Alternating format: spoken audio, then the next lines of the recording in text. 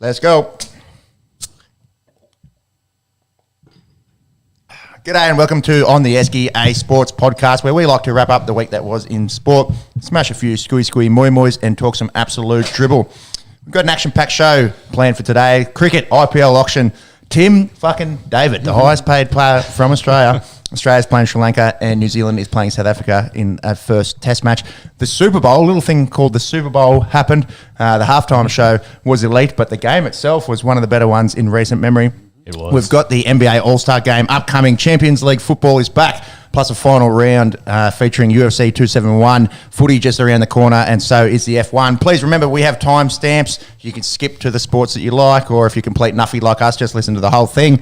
Check us out on Instagram. Hit that subscribe button on the YouTubes. On my left, I've got a very tired boy, very tired even. Boy, with he's a dad now. Dad, yes. All grown up. Dad boy. Yeah, dad boy dad. He's got a 10-day-old baby at home. He's slept about 10 hours in the last 10 days. How you feeling, mate? Pretty close. Yeah, tired, but otherwise loving some UFC, of course. Yeah. I think we've got to talk about that, 271 and the results from that. Mm-hmm. A bit up and down for the Southern Hemisphere, but we'll, of course, go into that in detail. And well, it's all up for the Southern Hemisphere, I suppose. A bit up and down for Australia and New Zealand relations. Yes. But, big Shui Vasa with that knockout. Unreal.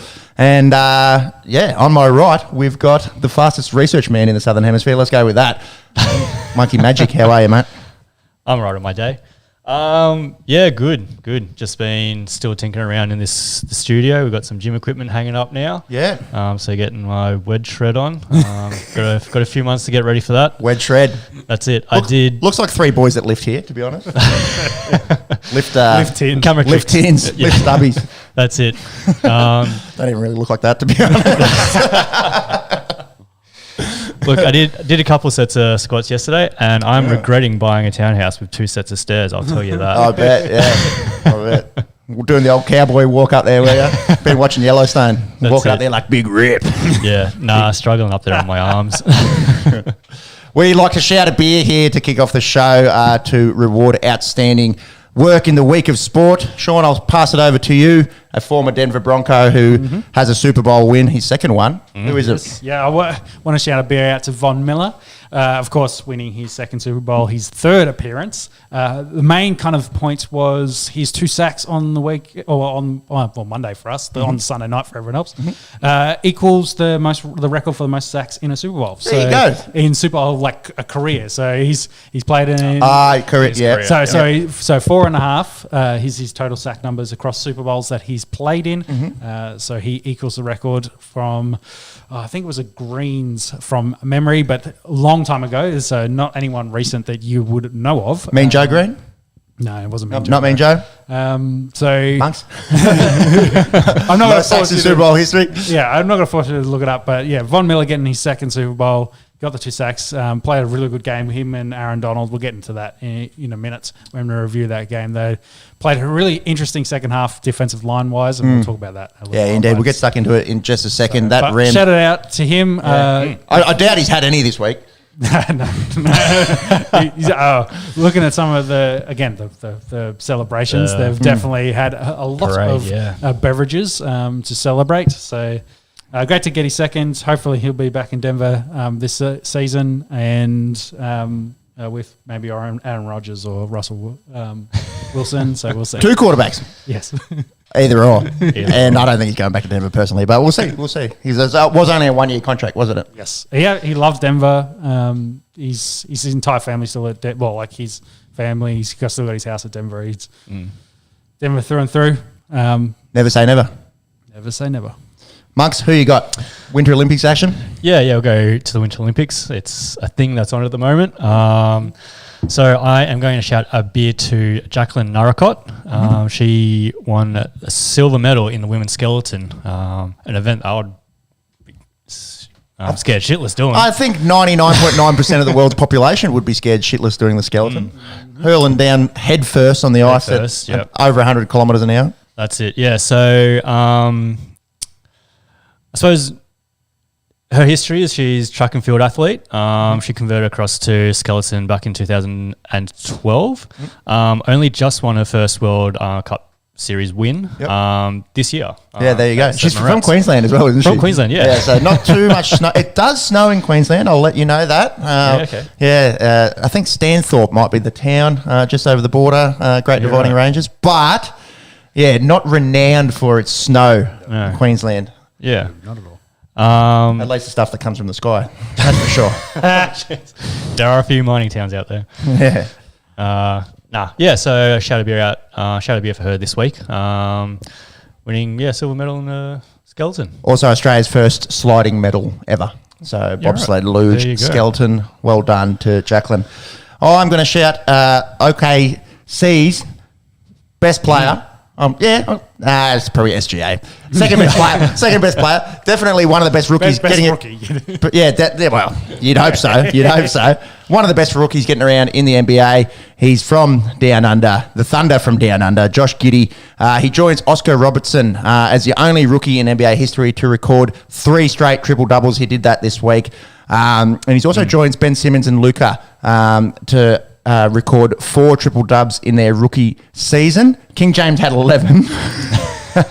And obviously LaMelo last year had an absolute year. So he's got the second all-time for 10 assist games as a teenager. So just behind King James, with 11. That was for 10 assists. So likely to pass the King there. And what a year we're seeing in the NBA with the rookies. Evan Mobley likely to win Rookie of the Year. Cade Cunningham, the number 1 pick, has been pretty good. Unreal talent coming through, and great to see a young boy from Down Under doing big things in the NBA. And speaking of Thunder from Down Under, these new shirts, they're courtesy of our friends over at the Carlton Draft. They do a Josh Giddey shirt, Thunder from Down Under. You can check that one out. You can check out the Berry Bros, Jared Berry and TJ Berry there from the Brisbane Lions. Check out Carlton Mids. It's on the back. It's got Murph, Walsh and Cripper. A little play on words there with the Carlton football team and a delicious beverage. And Monk, he's got. Is it AFL Ruckman Sam Draper, or is it Toronto Raptors ambassador and rapper who's probably past his prime? I must admit, not a big fan of his new work. Loved old Drake. Old Drake, yeah. Is it Sam Draper or Drake? Who knows? It's a Drape. So shout out to the Carlton Draft for the new kit. You can get shirts, you can get stickers, you can get stubby holders, etc., etc., etc. Use Esky code to get 20% off. Check them out. Boys, should we get stuck into some cricket? Link in the description. I'll whack it in there so they got it. Link. We'll chuck a link on the YouTubes. We'll chuck a link on our socials. Esky, ESKY, 20% off to our Indian fans. It is Esky, not Esky. Esky. It's also known as an ice box, a chili bun, a container that holds your grog and keeps it cold. Yeah, the cooler. A cool box. A box full of ice. And tasty beverages. And beer, yes. Cricket, a little thing happened called the IPL Auction. You might have heard of the Indian Premier League. It's by far, after watching this year's Big Bash, by far and away the best T20 tournament in the world, and definitely the most highly remunerated. Eventful auction. We did see poor Hugh Adamides, the auctioneer, take a bit of a tumble, but he's all good. He's okay. He was. I think he didn't take the next day. They had a replacement auctioneer come in. Yep. But he was okay, went and waved to everyone, got a standing ovation. I was reading during the week, Big Hugh, he's a professional auctioneer, that's what he does. Rolls his R's very well for the Rajasthan Royals. And he's actually sold $2.5 billion worth of shit at auctions in his career. So that is obscene. And I suppose that includes these players. There's a lot of money going around. Sure. But professional auctioneer, and he's okay. Yeah. So shout out to you, Hugh. I had a chat with the Delhi Capitals, our team now, obviously, because they like talking to us for some reason. And a few big snubs in terms of Aussies getting stubs. Steve Smith, Smudge, probably the most surprising. Him going unsold. And very early on in the auction as well. It was. Yeah. We did see him struggling to make the Delhi Capitals best 11 last year in a pretty stacked team. I thought someone else would have picked up Steve Smith for sure. From memory, last year he was picked up late, wasn't he? And they played a little bit of games with him to try and keep his price down. Yeah, so he paid. I think he made 380 Australian last year, which by IPL numbers is rather low. It's still pretty good considering. I think the minimum contract in the IPL is about 30 grand. Pay disparity. So Smudge going unsold, a massive kind of head scratcher. There is, I think we're seeing a few comments saying, are Australia playing any test matches? We just had a look. No, there is no test cricket scheduled. They do.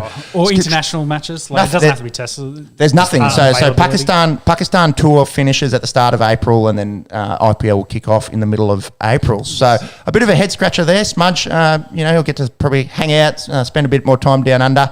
And someone that I thought was definitely going to get paid, or at least picked up, the highest scorer in the Big Bash this year. He started to make a regular appearance for the Australian T20 international side. Ben McDermott. What happened there, boys? Don't know. A bit quiet. I guess we'll get into the Australia-Sri Lanka series as well, but it was in his head, I reckon. Yeah. It was in his head. Oh, what have I got to do to get a gig? That's it. Just throw me a bone, someone. I'm sure Ben McDermott could do very well over there. Other big names to miss out. Yeah. Aaron Finch, Kane Richardson and Adam Zampa out of the Aussies that went unsold. But it just goes to show when you can only play 4 internationals, each team carries about 7. That is true. So you've got to be within the best 70 international, white ball or T20 players in the world. So and I think, and we talked about it last year, and I think we've talked about it a little bit. They have the favoritism for the Indian bats, have the local talent as your batsman, and get. International quicks and get your international spinners. And one of the things you're lacking, which is they do have a good spinning stocks, but the fast bowlers is really where they don't have the huge amount of stock. So let's get in the international guys there. So maybe some of that favoritism there. They're being smart with it, of course. So favoritism is not even the right word. It's just strategy. Strategy. They're using their money wisely. They're paying their local boys to keep them, around because they want to. You've got to keep their core of their teams long term. It is the IPL. And I'm glad they've got those rules. And as an Australian fan, you probably hate to see the rise of the meteoric rise of India, but you see all this talent coming through, and you look at the depth of India. And I know we harp on about it, but like doing stuff like this is a big thing for them, and developing the game that we love. You got to use them wisely. It's a bit of a head scratcher. I think, at least with Smudge and McDermott going unsold. Yeah. Biggest earners. So the 2 biggest earners actually 2 of the biggest earners, all the biggest earners were Indian players. Ishan Kishan, 15.25 crore. I think in AUDs that is pushing $2.6 million. And Deepak Chahar, after a great sort of breakout season last year, he got 14 crore from the defending champs, the Super Kings. And Liam Livingston, 11.5 crore, the highest international paid player, the Pommy. He's going to Punjab. Well done to you. Should we talk Aussies? We did mention that man, Tim David. Look, he's a great player. He's don't get me wrong. Like, I think Tim David, especially at white ball level, is going to score a lot of runs. Is he worth being the most expensive Aussie at the IPL? Actually, well, Maxi is getting paid more, but he got retained. So he was the most expensive Aussie to be sold. He actually plays his international cricket for Singapore, but is a Singapore Australian dual citizen. I think My Cricket did him pretty dirty this year. That's the guys that do the stats for all cricket pretty much played in Australia. Posted his My Cricket average is 34, so that includes longer format cricket. With the kind of the premise of is there a few guys feeling stiff? After Tim David getting picked up for that much money. What do we think here, boys? Does he? I think he'll be looking to push to play for Australia rather than Singapore, you'd imagine. I can't see him fitting into our best 11 anytime soon, but maybe making a squad. But what's going on here, boys? Why is Tim David getting paid such big bucks? What do they say? What does he bring? Is he an all-rounder?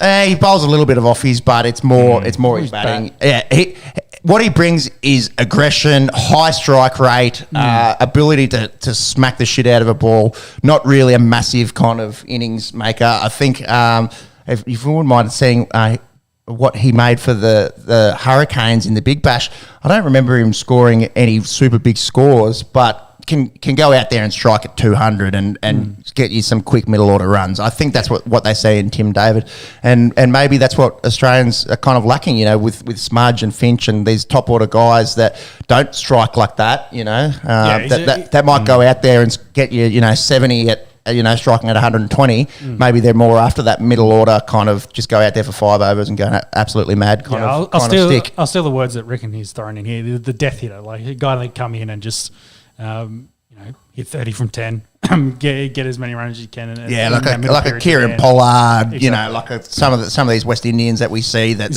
he's got great sizing, come in there and hit it all over the place. Yeah, but it's amazing. It's amazing that he. If you told me, last Friday before the auction that Tim David would be the highest paid Aussie coming out of it, Aussie/Singaporean. Yeah, we had a reserve of 70K, I think it was. That was like his minimum. If I get over that, I'll come play. Unreal. But that's why we like the IPL. The auction, it's so exciting. We saw Riley Meredith going for absolute bonkers money last year, which kind of all took us by surprise. But at least it fit the mould, It fit the mould of they need big quicks over there, That's what we're seeing from the other nations. But yeah, this Tim David was a bit of a head scratcher, I must say. Wishing him all the best. I hope he goes over there. How old is Tim David? And smashes it. He was about 28. I think you had him up there. He's not a spring chicken.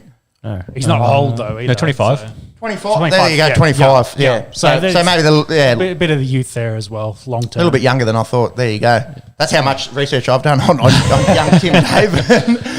Did you bring up his Big Bash scores? How did he go? So we had.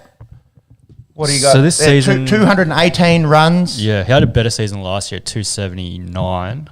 At 31, striking at 150. That's probably all they're looking at is that ability to go and score runs quick. Yeah. Do you reckon he probably got caught up in a little bit of a bidding war, and that sort of just overinflated? Well, he went real late as well, so maybe it was a little bit of teams had cash to spend sitting there, and maybe that played into his advantage going later rather than being one of the first cabs off the rank like Steve Smith, and they passed, and then they kind of go, oh shit, I've got all this money to spend. Yeah, and I was like, young fella, they come through, we can have him, for a little while. Let's pay him well, death hitter, etc., etc.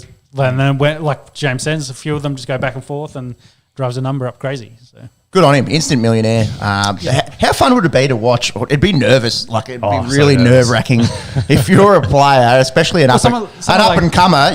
Where this is life changing for the man, really. A guy like Steve Smith. Sure, he's stiff to miss out, but it's not going to hurt him too much financially, in the long run. No. But whereas a guy like Tim David, this is absolutely life-changing. It would have been very, very fun and exciting and nerve-wracking to watch it all unfold with his family. Potentially, or, he was later in the auction and he could have been the guy who's like, well, I'll find out what it is in the morning. I'm going to bed. He wakes up or his phone's blowing up at early in the morning and he's just like, shit, I'm now a millionaire. It would have been an excellent feeling. So, yeah. Anyways, I think Ben McDermott might be scratching his head going, come on, man. I was the best stick on this Hobart Hurricanes team, but I'm sure his time will come, Ben McDermott. And need to see him score some international runs now. He's in that Australian side. Other Aussies to go, Josh Hazelwood goes to Royal Challengers Bangalore. He'll join Maxi there. Pat Cummins back to the Knight Riders. Dan Sams, he got paid nearly $500,000 Aussie bucks to the Mumbai Indians. A really good T20 player. We've seen through this Big Bash his ability to come in and death hit, going along with his bowling prowess even.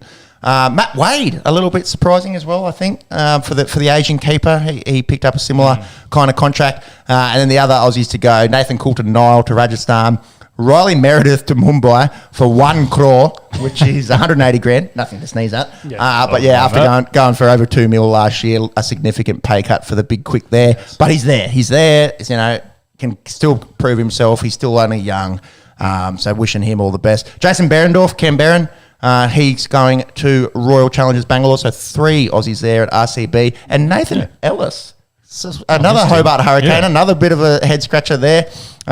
on kind of 75 lakhs, nothing to sneeze at, but not a big contract. But again, he's there. He's getting his name out there. Good to see. A few of these Aussies going that we didn't expect. Monks, if you wouldn't mind bringing up the squads on the big screen for us, so we can go through. I'll talk firstly about our Delhi Capitals. Really happy with the team that they put together. Obviously, getting David Warner and Mitchell Marsh. Mitch Marsh definitely had the best T20 year last year by an Australian by leaps and bounds, and arguably was in some of the best T20 form in the world last year. And David Warner looking to kind of get back his mojo, going back to where it all began as a Delhi Daredevil all those years ago. Looking for Davey to go out there and score some runs after a lacklustre year last year at Sunrisers Hyderabad. Prithvi Shaw is there, the young 22-year-old from India that we saw come on leaps and bounds last year. Rovman Powell at the top of the order from the West Indies. I think he went for some good cash. I don't have it here, but anyways, he's international. 2.8 crores. 2.8? Yeah. We'd love to know the pronunciation on this. Yeah. Crores? It's Esky. Rishabh Pant will be the captain. Tim Seifert picked up the New Zealander as a backup. Keeper, Kuldeep Yadav, the spinner. The first ever Bangladeshi to go in the IPL. That was no. First Bangladeshi to Delhi Caps in Musafir Raham. And Arnik Notkier was retained. The guys that went the day after, on the second day of the IPL, talking to the Delhi Caps, got to have a chat with big Arnik. Oh, really? Yeah. I'm be messaging the Caps media teams saying, A, where's our merch? And B, couldn't have thrown us a bone, Couldn't have thrown us a little Mitch Marsh chat or something. Anyways. That'll be all right. And the Lord Shardul Thakur, he went for big money. It's a pretty stacked team, I think, especially in that bowling lineup with Rahman, Notkier, Thakur and Yadav, as well as Ngidi from South Africa, be a pretty strong team. Do they have the cattle at the top of the order? Let's hope so, between Prithvi Shaw, Davey Warner, Mitch Marsh and Rishabh Pant. And definitely, I think Akshar Patel probably a little bit dirty there, getting named as more of an all-rounder, but he definitely can add a lot with his spin bowling and he can offer a lot with the bat. So He can swing the stick, yeah. Yeah, so... But definitely, the bowling in Delhi looks really, really good. Yes. Yeah, solid team. What about the other teams there, Marks? If you wouldn't mind scrolling up. CSK, keep going. Top list, I think we had... Jeez, where are we?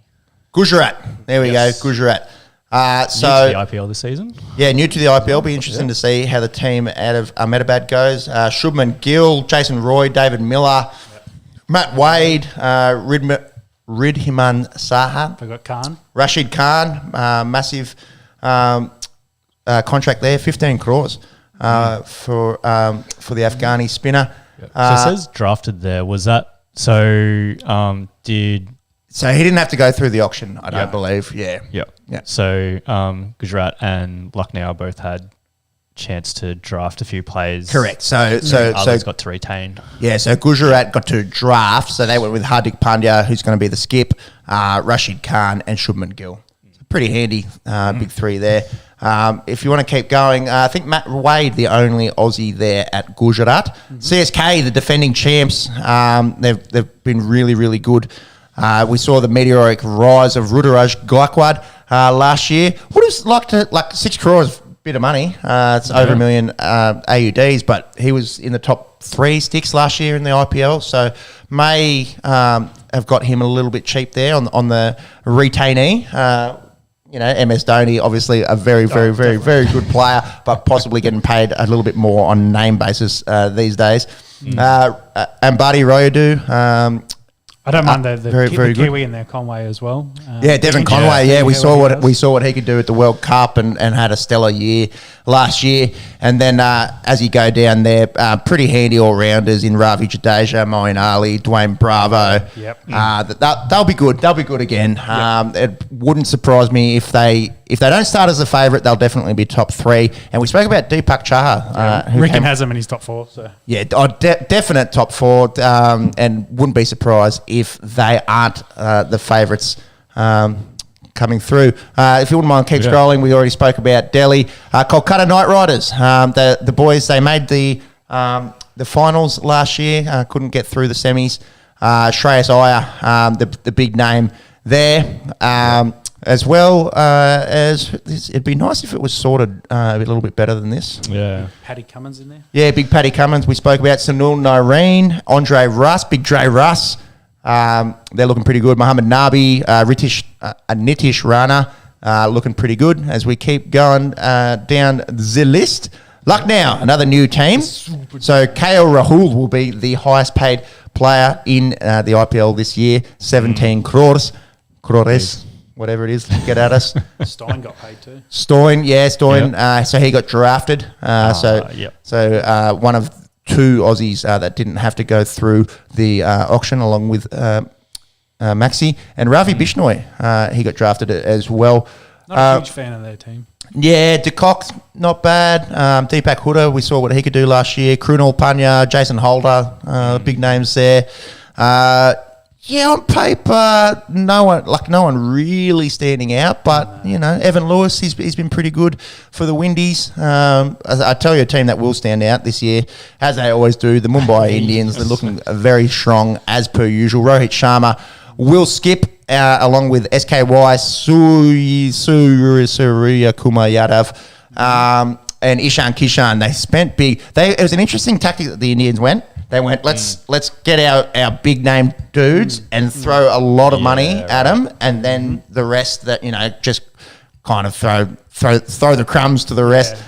They've also got Kyron Pollard, Jasprit Bumrah, he was retained. Jofra Archer, a lot of money for a guy that hasn't played much cricket. Definitely worth it when he's healthy. What are our thoughts on Jofra? We've got 2 months to the IPL. He's already missed our whole summer of cricket. You'd hope that body's getting on the way. You'd hope he's well rested, I guess. Yeah. You go. I was just saying they've added Sams and David down the bottom there, and I think Rickon's point here was that Mumbai Indians have already come out and said they're building for the future, so they don't really care if they forfeit this year. But I think they've still got a really strong team. I don't know about that. That team looks fucking pretty stacked. They'll still be up there in the top 4. And maybe the Aussies have to get around them with Tim David, Dan Sams, Riley Meredith, all there. You got Mills too from England. Tymel Mills. Pretty strong as we keep bowling stocks are very strong. Keep going through Punjab Kings, Mayank Agarwal to skipper them. Johnny Bairstow. Johnny Bairstow got paid. Good on him. He did, yeah. So watch out, fast food joints of India. Johnny's coming over. He'd be their keeper by the looks of that. Cheap shot. Shikhar Dhawan, Nathan Ellis. We spoke about the young Aussie. Be interested to see if he can crack that 11. Doubt it. Rabada, Rahul Chahar, Liam Livingston. Yeah, through big money, as we mentioned before. As we go through to the Rajasthan Royals. Get at me. I'll sell cricket players. Sanju Samson will keep and captain Josh Butler. Yep. Some two pretty handy hitters there. Big Shimron Hetmeyer. He goes over, played at Delhi last year. Devdutt Padikkar, we saw last year, have a really good tournament. Jimmy Neesham, the Kiwi, he's coming along. Got paid a little bit of money there. Nathan Coulter-Nile, with the money that they spend on him, you'd imagine he will be a staple in that lineup there. And as we keep going down, Royal Challengers, Bangalore, always very, very strong. Virat Kohli, the biggest name in Indian cricket. How will he go this year after stepping down, being tapped on the shoulder, pushed out of being the Indian skipper? Quick captain check. They haven't got an Indian captain yet? No. Even after the auction's been a week? Nothing announced. And what are we 10 days away from Test cricket? Not far. Very, very close. Not far. See if anything's dropped in the last few hours. Someone has to know, so. Surely, yeah. Surely, well, as we spoke about last week, the captain must know. Yeah. Just when it's being just announced. Quite. Indeed. So Faf du Plessis there got paid well. Mohammad Siraj retained. We spoke about Australians, Jason Behrendorff and Glenn Maxwell. They got a great top 4. And what about Hasaranga? We're seeing a lot out of him, the Sri Lankan spinner. He got paid very handsomely. Seeing him playing down under at the moment. We'll get to that in just a second. So obviously a very talented spinner out of Sri Lanka there in Hasaranga. What about Sunrisers Hyderabad? We spoke about rebuilding. Mumbai, I don't know how much they're rebuilding. This is a side that literally is rebuilding. Yeah. They retained Kane Williamson. What do we think of the names there? So I think Reckon actually got us a bit of news on this. So Kadich, I believe, is their coach, and he's already resigned. He resigned yesterday because he didn't like the outcome of the auction. So Simon Kadich, yeah, spitting the dummy. Unlike him.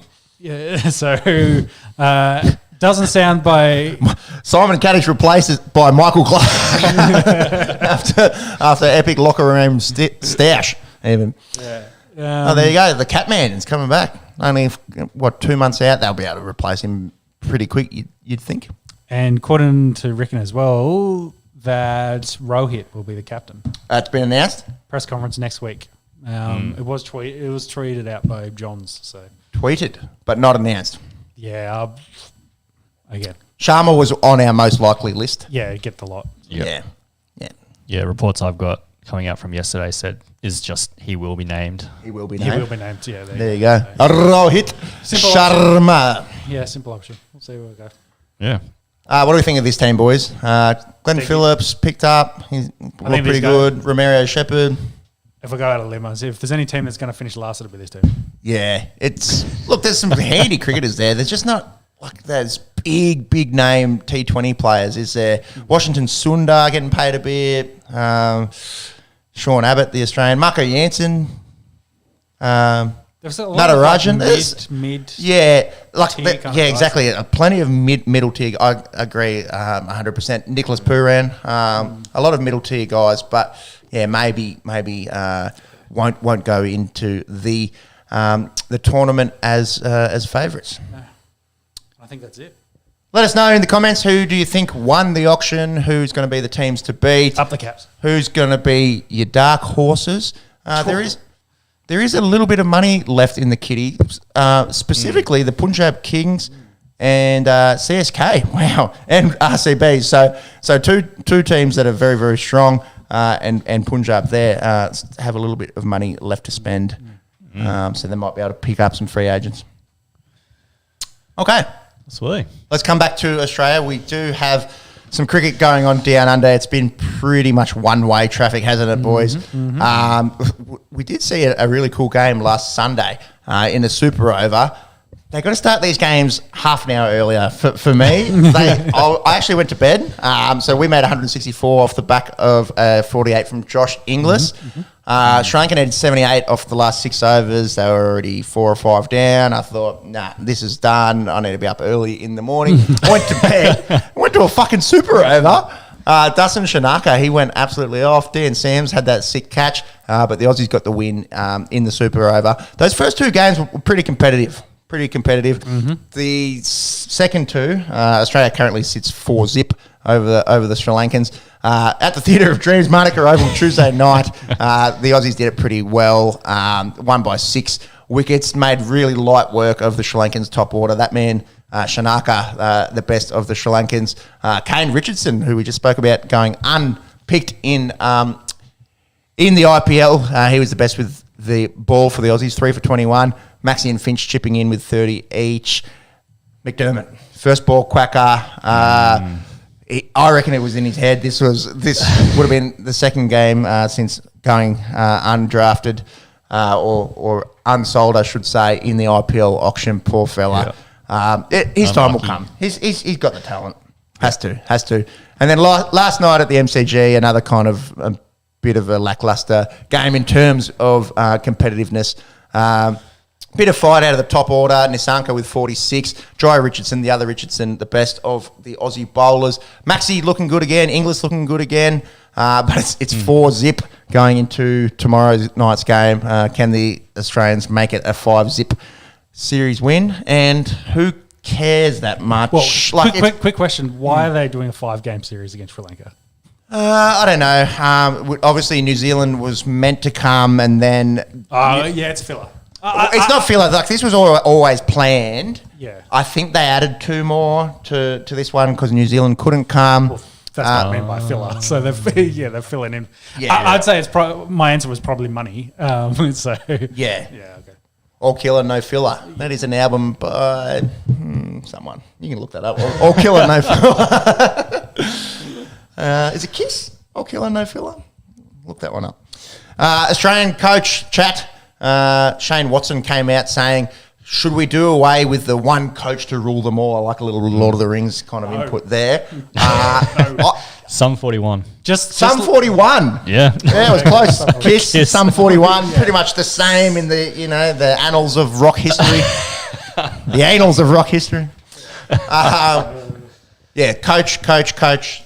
Should we have 3 different? I don't think so. It would just make things so difficult. Just like Shane Watson's reviews of LBWs, like this is a bad decision. Watto, I love you. You're a handsome devil. Could hit a ball. Did big things for Australian white ball cricket. Possibly they held on to you a little bit too long with the red ball format. But I love you. I disagree. I think one coach. Under one system. You need someone essentially to be the face, the leader. One to be. It doesn't have to be but you got to do all the media shit. You got to do all the coordination. You're essentially the one sitting over the top just to make sure everything's ticking along. You don't have to be like the on-field strategy and all that. You got all your systems to help you. It doesn't happen in cricket. That's the thing. We've spoken about it before. The cricket coach is a face. It's a representative, much like he's a next show. The president of the United States or the Queen or someone like that. They actually don't do anything. They just have to face the media and not sound like they have dementia and take all the shit. It's hard sometimes. That's right. And JL I thought was a good guy for that role. That's what they need. They're not. It's not like an NFL coach that's out there every 30 seconds calling plays. It's not even saying like in rugby league or soccer where you've got interchanges happening. You've got you're actually having some input into how the game's actually travelling. The coach is there to be to represent the country, to represent the team. Talk strategy. Outside of. The play on the field, in the session breaks and that, but and to get scapegoated, and to get scapegoated, which JL did. Pray for JL. Wonder where he's going to end up. There's still a lot of chat that England might be interested. Again, we spoke about it last week. If the price is right, who knows? But maybe he'll just want to spend a little bit of time at home with the family after occupying a very stressful position for the last 4 years and really getting thrown, to the media after Sandpaper Gate and the rest of it. Wishing JL all the best. I'm going to disagree with Watto, although again. Big man crash on ya. Could hit a ball. Could bowl 135 plus. But no, I think one united coach is the way to go. Probably save money on salaries there as well. That's what it comes down to. Must be the money. Boys, New Zealand, South Africa playing at the moment. South Africa, after just doing India at home. Yeah. New Zealand is no easy feat, is it? Yeah. They got absolutely skittled. To confirm, 95. We're talking Test cricket? Test cricket. South Africa, skittled, 95. You see how South Africa batted again there on the notes? I can just see it now. Yes. But when you say a score of 95, you do have to question it. Yeah, that's what the question I was like, was this a one-day game? Like, what the fuck happened? New Zealand scored 482. Wow. Yeah, I was like, they kept batting and scored 300 after they didn't need to. Oh, my goodness. I do wonder what goes through that brain of yours sometimes. Much the same of mine. Not much. I'm just checking. The viewers can't see the notes. That's true. The viewers can't. We haven't got to New Zealand yet. No. This actually kind of flew under the radar a little bit for us. Only kind of came to our attention this morning. Matt Henry, 7 for 23. Interesting when you see South Africa getting skittled for 95. I was thinking Bolt or Southey or someone, doing the demolition job. It was Matt Henry. 7 for 23 from the young man. And then New Zealand, it must be a green deck, yada, yada. No, it's not. 482, Henry Nichols, 105, Tom Blundell, 96. South Africa, that was, an hour ago, 9 for 105. The game may be over. They're done. Yeah. They're done. So getting done by an innings and over 200 runs there. Wow, 276. Yeah. New Zealand, man. There's a reason why they're the best Test team in the world, according to the World Test Championship. Yeah, so that second innings, Southey was 5 for 3. He got the last one? Yeah. Must have, yeah. There you go. Yeah. After beating India at home. And again, that's cricket for you, isn't it? Yeah. It's one set of rules at home and another set of rules when you go overseas. Yeah, well, South Africa just beat India in South Africa, of course, but India did beat Australia. But yeah, we won't India talk did about beat that. Australia We won't talk in about Australia. that was 2 years ago, James. So that, well, it was last Ish. year. It started 2 years ago in the calendar year. Yes, technically 2020-21 series. Yes, all right. Yeah, and South Africa has also beaten us twice the last time they've been here. But alas, New Zealand in New Zealand. Yeah. The ball's swinging around. They pronounce their vowels funny, etc., etc. Fashion chops. Fashion shops. Jacinda Ardern. Wear a mask. Just wear a mask. Jeez. Yeah, that'll probably wrap up our cricket chat. I was going to say, I thought we weren't going to talk about that this year. Yeah, well, what's ahead? I think we covered it off. So they've... So India are about to play West Indies in India. Pray for West Indies. Australia going to Pakistan. Again, no news of any cancellations this week. We did query, will it happen? I did see the team, try and bring up the last team, 1998, last Australian team to play in Pakistan. It was one of the GOAT Australian teams. Golden era. I think we're talking Langer. I think we're talking Hayden. I think we're talking both Wars. Healy was still keeping. We're talking Warren. We're talking McGrath. Big Darren Lehman, big buff. I think he was in that team. So put that into perspective. I'm currently going to university with people that were born in 2000, 2001. So 1998 was the last time that Australia was in Pakistan. Hopefully it all goes ahead, hopefully without any issues.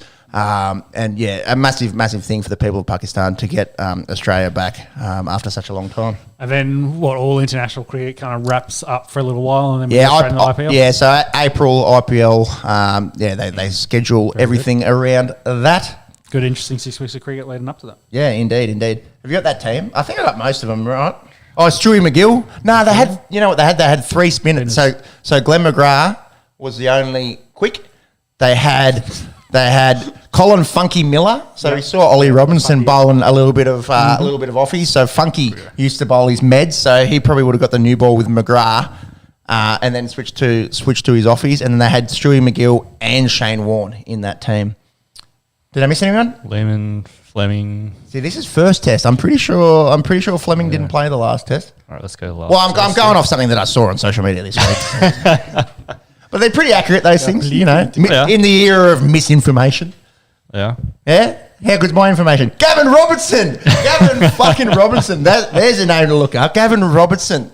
Probably more known for singing with the Lee brothers and Richard Cheekwee in the band Six and Out. There you go. That was the last time that Australia was in Pakistan. Michael Slater, Tubby Taylor. Yeah. No Hayden, my apologies. It was Taylor, Slater, Langer, War, Buff Lehman, Healy, Gavin fucking Robinson, Colin Funky Miller, Stewie, the Sweet Prince McGill, Glenn McGrath. That's a throwback, isn't it? Yeah. 1998. I thought I might play for Australia in 1998. Jeez, wouldn't mind getting in a time machine going, young fella. Let's set your eyes on playing local first grade. Let's focus on someone else. He's 10. Don't kill his dreams yet. Yeah, that's right. You got to lie to children. You can be anything you want to be. Astronaut, sure. Heaps of people go to space. Homer Simpson did it. Yeah, cowboy. You're probably still only 2'5" at that point. So 2'5" unders as an 8-year-old. I'm trying to think what 2'5" is. 65, 70 centimetres on a good day. That's pretty short for an 8-year-old. Just a little bit. Yeah. It was a late bloomer. Still hoping to bloom late in the podcast game. Plenty of blooms. Still early days for us. Yeah, early days. Yeah. Just got to work out the internet and how to talk. Yes.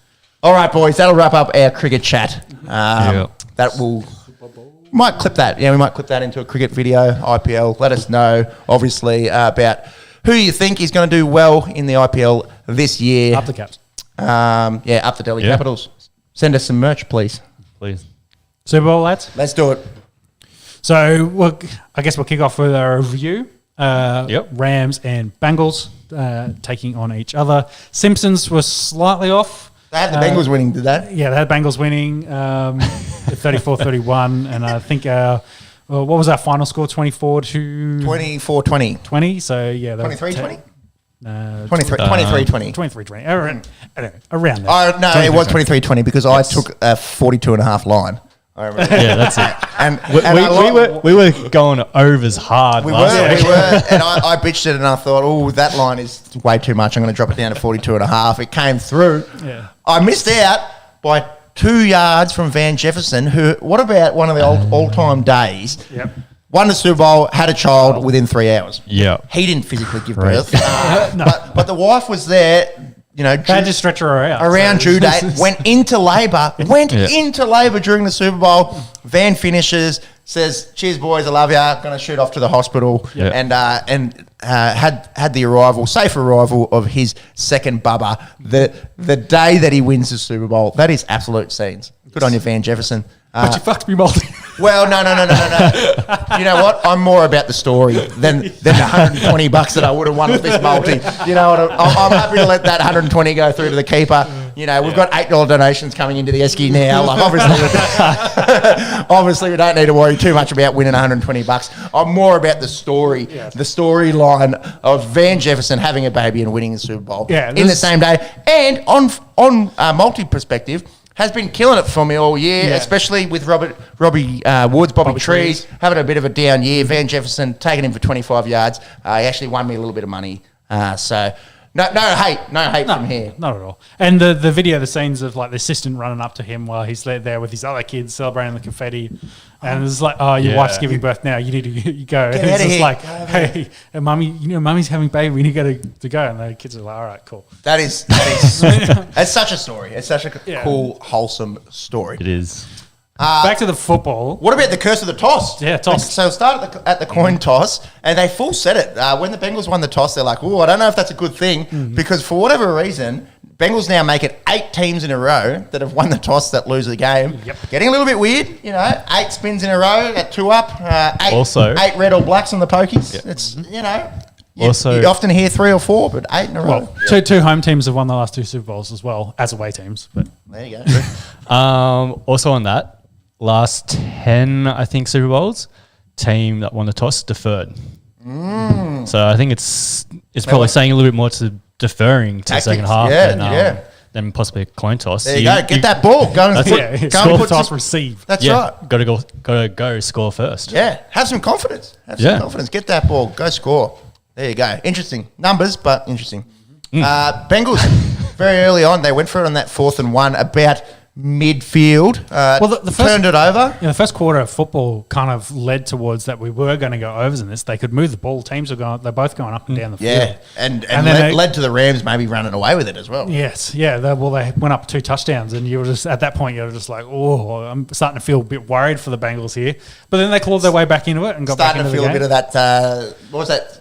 Denver Carolina game. Denver Seahawks. Seahawks. Yeah, it got away and it was just like it was 40 to 12. One of the worst viewing games as a neutral. Yeah, you just like hopefully because it was 2 easy touchdowns the length of the field and you're just like they're on got the mojo, they're on the roll. Horrible Super Bowl. Really props to the Bengals D. They kind of changed it up a little bit and shut them down. They really stopped the run. They went hard after the run, and we were questioning that front 7 of the Bengals. Would they be able to stop the run? We all thought Cam Akers overs was a good bet. Yeah. They did really well in shutting down Cam Akers, and that front 7 stepped up big time. Also, I think the really big change was OBJ. So OBJ going out, then they could do what they needed to cover. And poor Cooper. Got the first touchdown of the game. Big Drake dropped, $500,000 or something for him to score a touchdown. Got it done early. He absolutely torched Mike Hilton with a little show and go, the old sluggo. How about his resurgence? A lot of shade thrown around him at Cleveland. He's washed up. He's this and that, and you get him into a different system and has been absolutely outstanding. Well, fuck, ACLs suck. They suck, man. On turf. Turf as well, like you just see the foot just kind of digs in there, the leg doesn't move, and pop, out goes his knee, non-contact, and you're just like, oh, that sucks. You knew straight away that hey, that's a bad bad knee injury Yeah, of man. one of the ligaments, and unfortunately, The worst one. ACL. Yeah, the the worst one. I saw something on socials this week as to why do they even exist? Well, they exist to stop that movement coming Prevent that knee going of in the that tibia going past the femur forwards. But yeah, it just sucks, man. In the Super Bowl. But what would you take as well? What would you take? Super Bowl ring. Yeah. Scored a touchdown in a Super Bowl. If there's a place you do an ACL, you'd want to do it in winning a Super Bowl. After you've scored and the team goes on to win. Like You've got everything outside of your control. It all went right outside of the ACL. So wishing OBJ, the best. He'll get some of the most elite rehab and elite surgery in the world. So wishing him all the best and happy for him, man. People all shitting on him. Even last year, I was Macca had OBJ in his top 10 receivers in the league. I laughed at him. I said, "Oh, come on, man, OBJ." He hadn't done anything recent, but talent-wise, talent-wise, production-wise at the Browns, it was underutilized. You I think that might now becoming more of a quarterback issue than a wide receiver. And that's what it seems. I think it also helps. He doesn't have to be the true number one as well. Like Cooper, a lot of taking a lot of that, and then Jefferson there, you can't sneeze on him either. So it makes it easier where he can fit where he needs, and of course having someone like Sean McVay using you, youngest Super Bowl coach, winning coach ever. Yep. Had already been there he's 33 when he went there first time. Woo! That's us next year. Let's go. Next year. Yep. Yeah. Not for me. Yeah, it is. Yeah, it's this year. Oh wait, it is this year? You old fucks. Ain't no spring chicken like this dude in the middle. Who would have thought I'd be the youngest out of us three? Definitely the dumbest. I want to say thank you for Rick and for reminding this. MVP of the year has to be OBJ's dad. So put out that video. And that video. And with this, everybody hurts sometimes. Elite video. We kind of laughed a little bit at it, And just give him like, your dad doing this, but he did him a OBJ's huge solid. dad. We should have shouted him a bit. That was elite video, elite YouTubing. Maybe that's what we need to do. Get out of this podcast game where we get 100 listens an episode or whatever, and just start making videos to a song that often gets played, through hangovers. People driving home. Everybody hurts. To just guys just being wide open and not getting the ball. Shout out. He's a real one.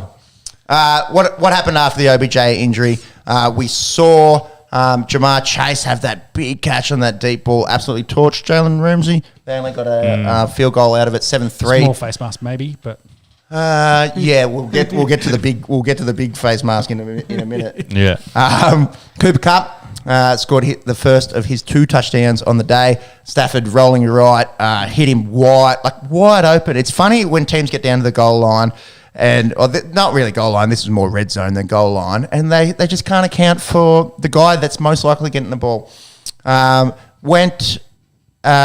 we had the Higgins touchdown from Joe Mixon. Yeah. Well, I think this, 13-3 at this point where we're like, is it?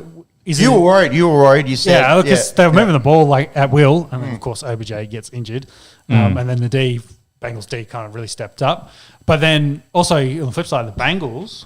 They this series as well really did a good job blocking and keeping Burrow upright. They moved down the field, and then a nice little play there by Mixon to get it there and throw on the touchdown to Higgins. And you're like, they've he's 13-10 to go in a half like that.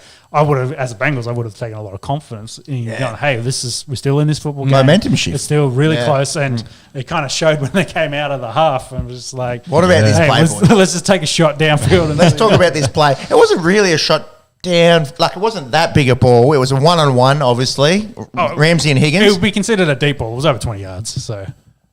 Was it it should have been offensive pass interference. It was big. Yeah, it was big time face mask, but Ramsey was filthy. Yeah, they didn't get this one, but I think they got some tie-ups. It kind of evened itself out. I don't know. It didn't decide the game. We're in the most expensive stadium in the world. We've got how many hundreds of cameras out there, and they miss shit like this, and you're kind of like. And I'm no Jalen Ramsey fan, man. I respect the man as the best cornerback in the NFL.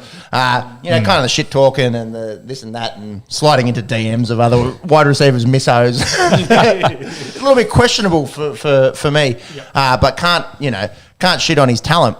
And he had a right to be upset with this one, I thought. It should have been offensive pass interference. It was a fair miscall. And that's coming from a former receiver sitting next to two former defensive backs. I think the one that caught on Logan Wilson in the side of 10, that was I can see why they called the holding there, because you can see the angle with the hand around the player, so you can, like, it can constitute a hold, but I thought it was a poor call overall there on Cooper, I believe, and that put them right on the goal line, and they scored I think 2 plays later. So it was sort of turning him around, but you could see Cooper was really not going to make much difference, and Logan kind of come all the way across and hit the ball down. But the hand there, it looks like a hole. And it doesn't help that he's wearing orange gloves and then we've got white jerseys. Like, it's clear as fucking day that his hand is around the waist and there. So anyway. Yeah. So where are we at? 13-10 half? No, we're past that. 17-3 with the Higgins touchdown. Yep. They trade a few field goals. It's 20-16. The fourth quarter, unreal kind of battle. It's a really close fought Super Bowl. Is what we like to see. And then big Cooper Cup. Add to the resume Super Bowl MVP to one of the greatest receiving years on record. And again, we spoke about it. I don't want to say like a quiet game to that point, but to that point, like to his lofty standards. Yeah, exactly. Yeah, okay, like sure. They've done a bit of a job holding on to him, and then the fourth quarter they just. I think even Stafford said, like, we talked to McVay and he just said we're going to feed Cooper, and they did, and then that drive leading to the touchdown, the drive leading to the field goal, and then the drive leading to the touchdown. They really went after him.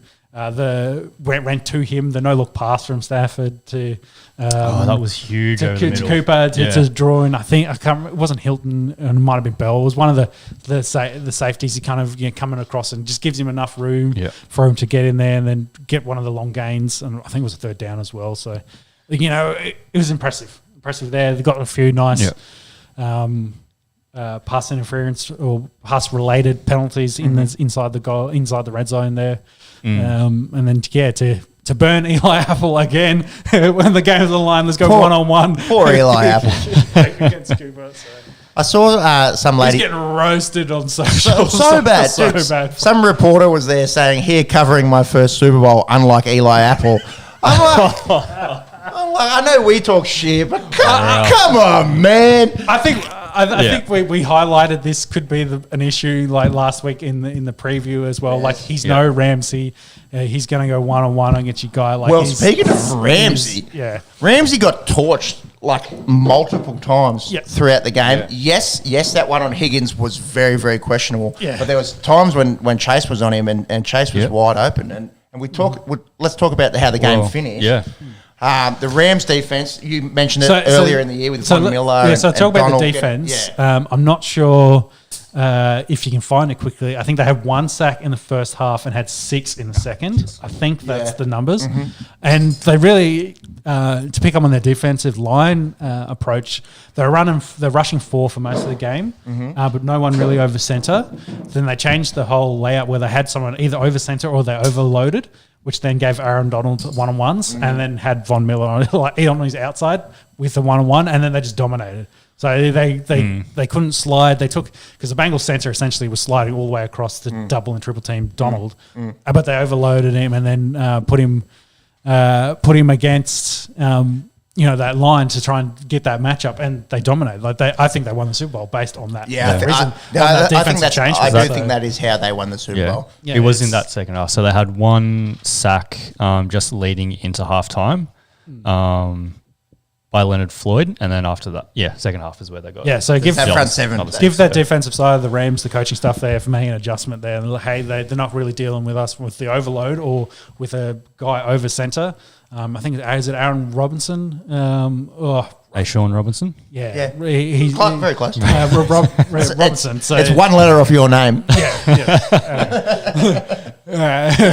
So Robinson, more of a run stuffer, but then they put him over center, and that really helped Donald dominate. So big time. I think that was huge kind of moment or strategy change in the game, which really turned there, and it's probably answered the final play, the end game, and kind of showed, a one-on-one for Aaron Donald, and he's unblockable. Did he get credited with that sack at the end? Not a sack because it was a forward pass. So incompletion, but it was fourth down at the end of the game. So Sure. Because he would have got 3 sacks in that if that was the case. So he got 2, Von got 2, and I think the other 3 were shared between the others. Chase was so open there again. Ramsey fell down, so he was open. It was a touchdown. We spoke about the Bengals' offensive line. They needed to step up against this nasty Los Angeles Rams front 7. And had they been able to give, Joey Burrow another second, two seconds there, and we might have needed we might have seen Jamar Chase walking into the end zone to win the Super Bowl. Yep, it's nuts, man. And look, let's talk about going forward. If you wouldn't mind scrolling down, we'll talk about going forward. Can I just shout out Eric Weddle as well? Yeah. First quarter tore his pec. And played the whole game. Played the whole game. The bruising, like the scene. Yeah, people out there, he's chasing the ring, yada yada yada. Do play with a torn pec for 3 quarters. Did you see the picture of it? Yeah, it's torn pecs look nasty. Oh man, the bruising. Yeah, horrible injury. The bruising. If you haven't seen it, check out Eric Weddle. His arm and he'll go back into retirement now and be like, he got that ring. He's got that ring. Let's go. Might run it back. He got 5 combined tackles, 4 solos, 1 assist. Out there. So handy. Yeah, he was doing work. Indeed. The numbers. We spoke about the Rams. They couldn't run the ball. We expected them to run the ball. It didn't matter. So Bengals front 7, tick. Well done. Stepped up. Did well in that game. Stafford threw 2 picks. They still got the W. Imagine if he doesn't throw those 2 picks. One was off a receiver's hands. It might have been a nastier game. We spoke about Sean McVay. We spoke about the Rams' defense. It's always a shame, isn't it, for defensive players? They're always, in terms of MVPs and accolades and, getting recognition. Mm-hmm. Do you think Aaron Donald should have been the Super Bowl MVP? Do you think he was the most valuable player on that team? If you could give it to the whole unit, yeah, sure, you give it to the Rams' defense. 7 sacks. They're always fighting an uphill battle, aren't they? They are. Do you think it was because him and Miller had 2 sacks apiece? If he maybe had 1 more sack, if he had something that was a little bit differentiated? How do you split them kind of thing? Yeah. I guess so. I think you also got to think the drive to get them in front. The most important place that actually won the game, that was all Cooper. If anything, you maybe give it to Stafford as well because he was the one slinging that rock to him, of course. But someone's got to catch it. So. Let's look at the numbers because this segment is I think numbers. The 2 intercepts really don't help. So Stafford goes 26 of 40 for 283, 3 touchdowns, 2 intercepts. That doesn't scream MVP at me. No. If it's like you said, if it's 3 and no intercepts, that's probably the MVP. Cooper Kupp, after an unbelievable year, 8 receptions, 92 yards, 2 touchdowns. Yeah, I think it's fair enough. I think it's fair enough. Yeah, great reward for the year he had as well. And indeed, on the Bengals 7, I just want to say Logan Wilson again. Go back to the unfortunate pass interference. I thought he had an excellent game, and we shout on their linebackers last week, their front 7 needs add, but they've got Pratt there as well. Dude. I was watching the game. I was like, how did I forget these guys were playing on this team? They've definitely got some talent there, and they've maybe not that far away as I thought. A couple extra pieces and. Do they go back? Do they get another chance? If you look at they'll probably play Chiefs again in the championship game. Yeah, well, if you look at the stats, it's not favourable for quarterbacks that go to a Super Bowl and lose. Not too many go back and get the job done. I think there might be 3 that have done that. That'll be a hard stat to chase up. Well, I saw something that quarterbacks that make their Super Bowl debut in their second season or something have never been back. And there's 10 or 11 of them. So you worry then for Joe and what he's potentially going to do. But, yeah. But also, if anyone can do it, he's there with one of his best friends. They've got a good running back in Joe Mixon. Yeah. That defense, is sneaky good, I think, despite us being a little bit doubtful of that front 7. If they can fix up that offensive line and maybe get 1 or 2 more weapons on defense, who knows going forward. Their line's, probably the biggest. He had 70 sacks this year. So... Fix that. That's your number one. Give the man a chance. Give the man a chance. And who knows? They're both so young, so never say never. But you're right. They've got to go through the Chiefs, They seem to be the gatekeepers at the moment of the AFC. And then even outside of that, you've got the Bills that aren't going away anytime soon. Titans aren't going away anytime soon. The Patriots, you'd think, probably improve with under Mac Jones' second year at the helm. It's no easy feat to make a Super Bowl, let alone win one. They captured the hearts of a lot of people, I think, this year. So. Interesting. I'd hope to see him back. It was Dan Marino coming out and just like tweeting at Burrow and was like, "Yeah, I made the Super Bowl my second year. Yeah, you've got your whole career to make it back." And of course, he never made it back. So that's the joke. And you're just like, also had one of the best seasons of all time. Yes. Yeah, never got that ring. Yeah, never got the ring. He's in the Hall of Fame. Like, he's a elite quarterback and never got a ring. So shout out to the big Marino. It just shows how difficult it is to get back to the bit of Goulburn chat there. Yeah. Goulburn needs some tourism. You might get a little bit off this shout out. Look that up, overseas viewers, the big Marino. So good they gave it balls and everything. It's literally got balls. It's got balls. Not denying it.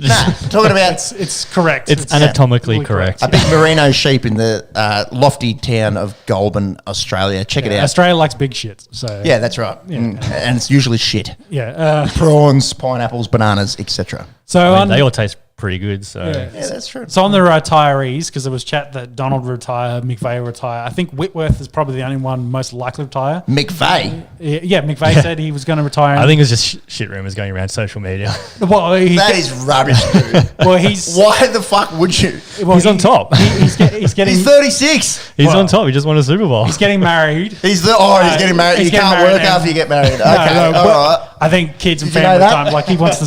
I wish that was the case. A legit rumors were coming out that he was going to retire, and I think on socials during the week he said, "No, he's not retiring. He's coming back." Yeah, I did. Aaron Donald was probably more of a likelihood of a retirement considering he's 34 and he just got his ring. But again, unlikely. I think he'd play and see out his career best he can. Whitworth, of course, being the most old one, was the one I think is most likely to retire. Yeah. 44? Something like 44. 40 years old. What are you talking about? Whitworth. That's how old he is. He's 40. He's 40. Yeah. Yeah. Another elite conversation here on the Esky. Like and subscribe, please.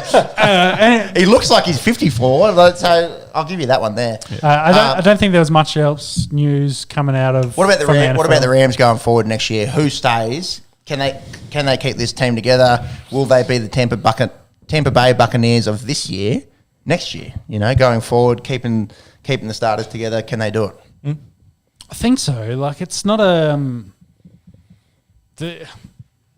it's their team. Well, I don't think Von, or maybe Von comes back, but I don't think Von. He might go elsewhere, depending on what kind of money they want to offer him. He's probably the main one because he's off contract. But like they don't have any like huge, massive names outside of Donald, Stafford, OBJ, and Cooper that potentially could be picked. Like they've got a really good, strong middle core of players that just make up the whole team. So I agree 100%. Monks, if you wouldn't mind running us through some of the guys that are off contract next year, outside of Von and OBJ, not huge names there. No, not Run really. us through some of the. So I don't think they're going to be pilfered. Like a lot of Super Bowl teams get pilfered. I don't think that'd be the case for the Rams. Yeah, no. Sony Michel. Sony Michel. I mean, you've got Matt Gay there, kicker.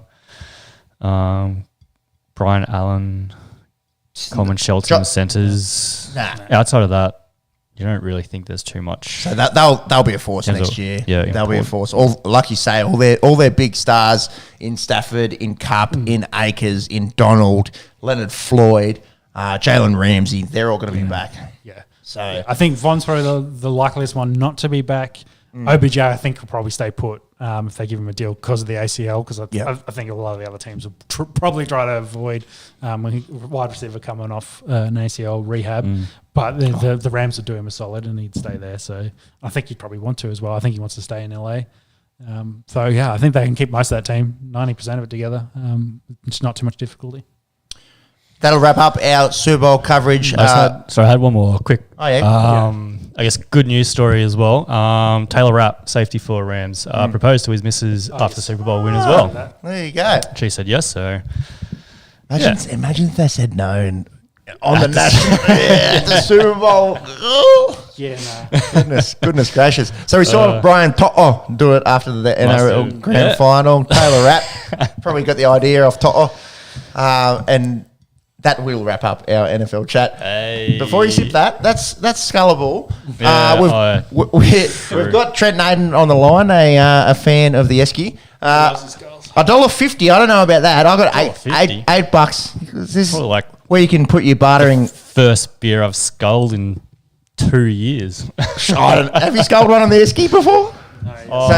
Actually, might have last year. I think you did I one. I had a couple skull bets last I reckon if you're listening, Nang, you bump that up to $8 to match what the big Pepito gets when he deletes one. And Monks might do it as we go through the NBA. Are we doing it now? That's what I was thinking. I thought we were waiting on confirmation for $8, but sure, I'll do it now. Yeah, I reckon. All right, get started on the NBA. Skull now, pay later. All right. It's Afterpay. Afterpay. NBA chat, boys. NBA. The Lakers. AD goes down again. Likely out 4 weeks. It's his second time that he's been out this year. Landed on Gobert's foot awkwardly. Looked like a lateral ankle sprain. And their numbers without AD are not very good. We talk about it all the time. This Lakers team seems to be underperforming given the names that they have. They are currently below 500. They did win that game against the Jazz. Are they in trouble this year? What do we think? Yeah, well, I think going back to AD, he's played something like 21 or 28 games on the season. So, yeah, struggling. The team overall struggling, though. So, even with him. Yeah, but the big thing for them is LeBron and AD playing together. Yes, because they're a force when that happens. Yeah. Westbrook hasn't really been. No, and love Russ, but he hasn't really been a contributor to being a big three. I suppose. I think they're in deep shit. I think there's a lot of teams in the West that I'd much prefer over the Lakers. Earlier on in the year, they'll turn it around, yada yada. But now you're kind of thinking, no. Much like last year, do they go past the play-in? I was thinking the exact same thing. So much like last year, LeBron really had to put him on his back towards the end of the season. Burnt himself out, and then I think they were done. 30 odd points in this game alone. Yeah. So my point is like LeBron's going to have to work overtime to carry him to get to that point, and in the process probably wear himself out, and then they just got nothing come playoff time. So that's why his rig's so good at his age, because he just puts teams on his back and just carries them. There we go. There you go. $8, $7.99. $7.99. There, I'll take that. Thanks for the ball, Nang. Good skull there actually for a guy that hasn't done one for a while. Yeah, got that down very quickly. We are talking about LeBron taking on.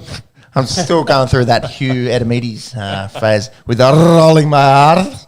LeBron.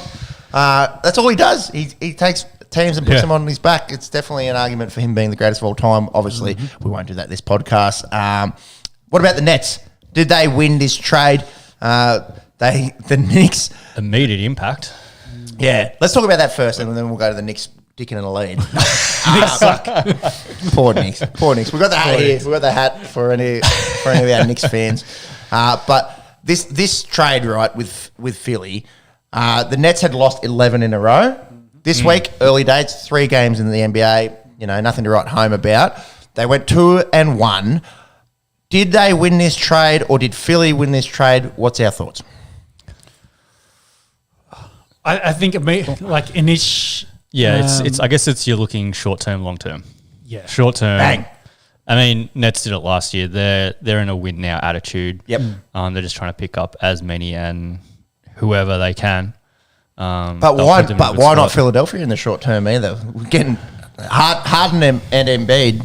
That's going to be hard to stop. True. That is going to be hard to stop. Yeah, and I think Millsap was in that trade as well. Yep. So I think he only just started playing for the 76ers. Recently, so he played suit up. Well, you know what the wild card is the impact of Ben Simmons. Yes, is when Simmons actually plays. When he actually plays, has he retained his defensive ability? Is he still going to be out there and be able to dish out dimes, or will he lose a step, having sat out for so long. I don't want to question his rig, but he looked a bit skinny. So I wonder if Sean questioning rigs. I like it. I like it. Of course, I want to question rigs. Pots and kettles. Pots and kettles. Definitely, That's it. For me, why do you think I bought all this gym equipment?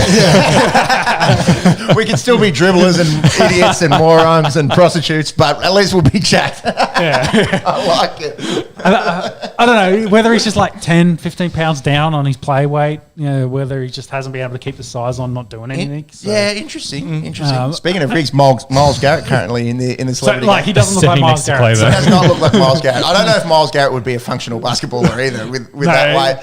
Look at his hop spot. Unreal. Yeah. Anyways, we'll talk about that. He'd probably get not ejected. He'd probably get fouled out of a lot of games just for his physicality.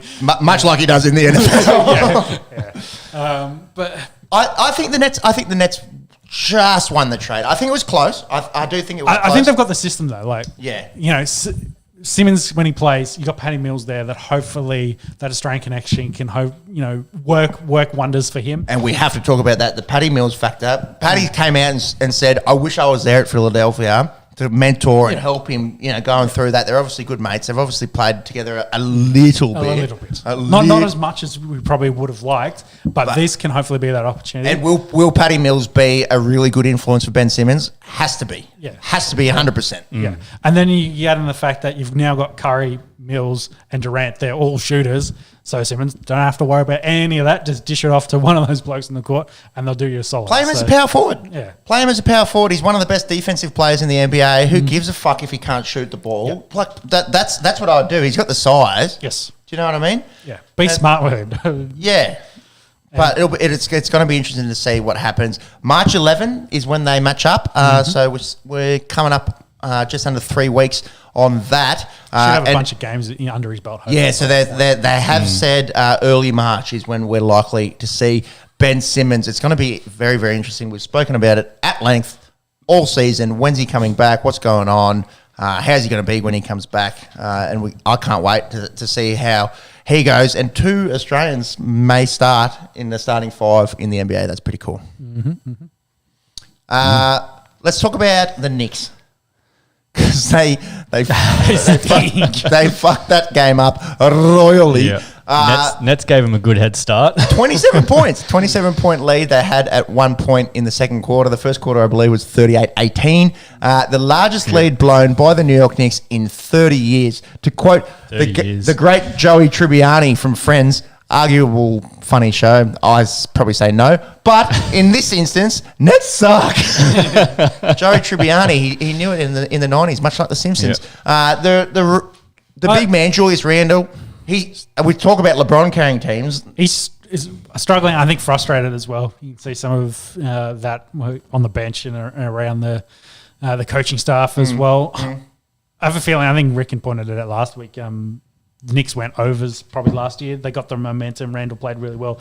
They got the momentum and they made a run in the playoffs. They're just maybe not that good of a team that to have been in the playoffs last year, but and not go as lofty as they did. Yeah, Julius Randle. Yeah, he's a star, but he's not LeBron. He's not enough to put a team on his back and carry him. And I think we're seeing more kind of Knicks basketball. 3.5 games out of the play-in, and a lot of calls for Tom Thibodeau's head, apparently. Is it his fault? We talk about the influence of coaches in cricket, coaches in basketball, a fair bit, more to do with the tactics and the running of the team. You don't win games. Usually, the head coach gets. I said there's a scapegoat. So, scapegoat. Yeah, it's the easiest person to. Yeah, if you need a neck to throw, it's usually the head coaches. So they're the one that gets the chop. Interesting to see what happens there at one of the biggest franchises in the NBA. Yes. Speaking of big franchises, Chicago Bulls continue their winning ways, putting away the Kings. DeMar DeRozan. Can you run us through? This was your note, beating a Wilt Chamberlain record streak. Is it related to basketball or something else? It is related to basketball. Okay. Glad you cleared that one up. I think DeRozan probably needs a couple of years under his belt, potentially to break Chamberlain's other record. Yeah, maybe 100, 200, 300 years, something like that. Maybe. Yeah. Maybe. So he's the first NBA player, first player in NBA history to have a least 35 points on 50% field goals in or better in 7 straight games. 60-year-old record right there. Something around a 60-year record, yeah. And I love it that it's about efficiency. It's about efficiency. Yeah, he's putting up points every night. Yeah, he's putting up points. But if you're going out and scoring 30 and shooting, at 38%, like who, that's not helping you too. You're just taking shots. You're just taking shots. Yeah, and you see that so often. You see that so often in the NBA. The fact that he's going out there and shooting over 50%, unreal from DeMar DeRozan. And he's been a revelation for the Chicago Bulls and a big part of the reason why they are number 1 in the East right now. Yeah, that's it. All-Star Weekend, so no NBA games proper for a few days. We spoke about the teams last year, so we won't go back over that. We do have LeBron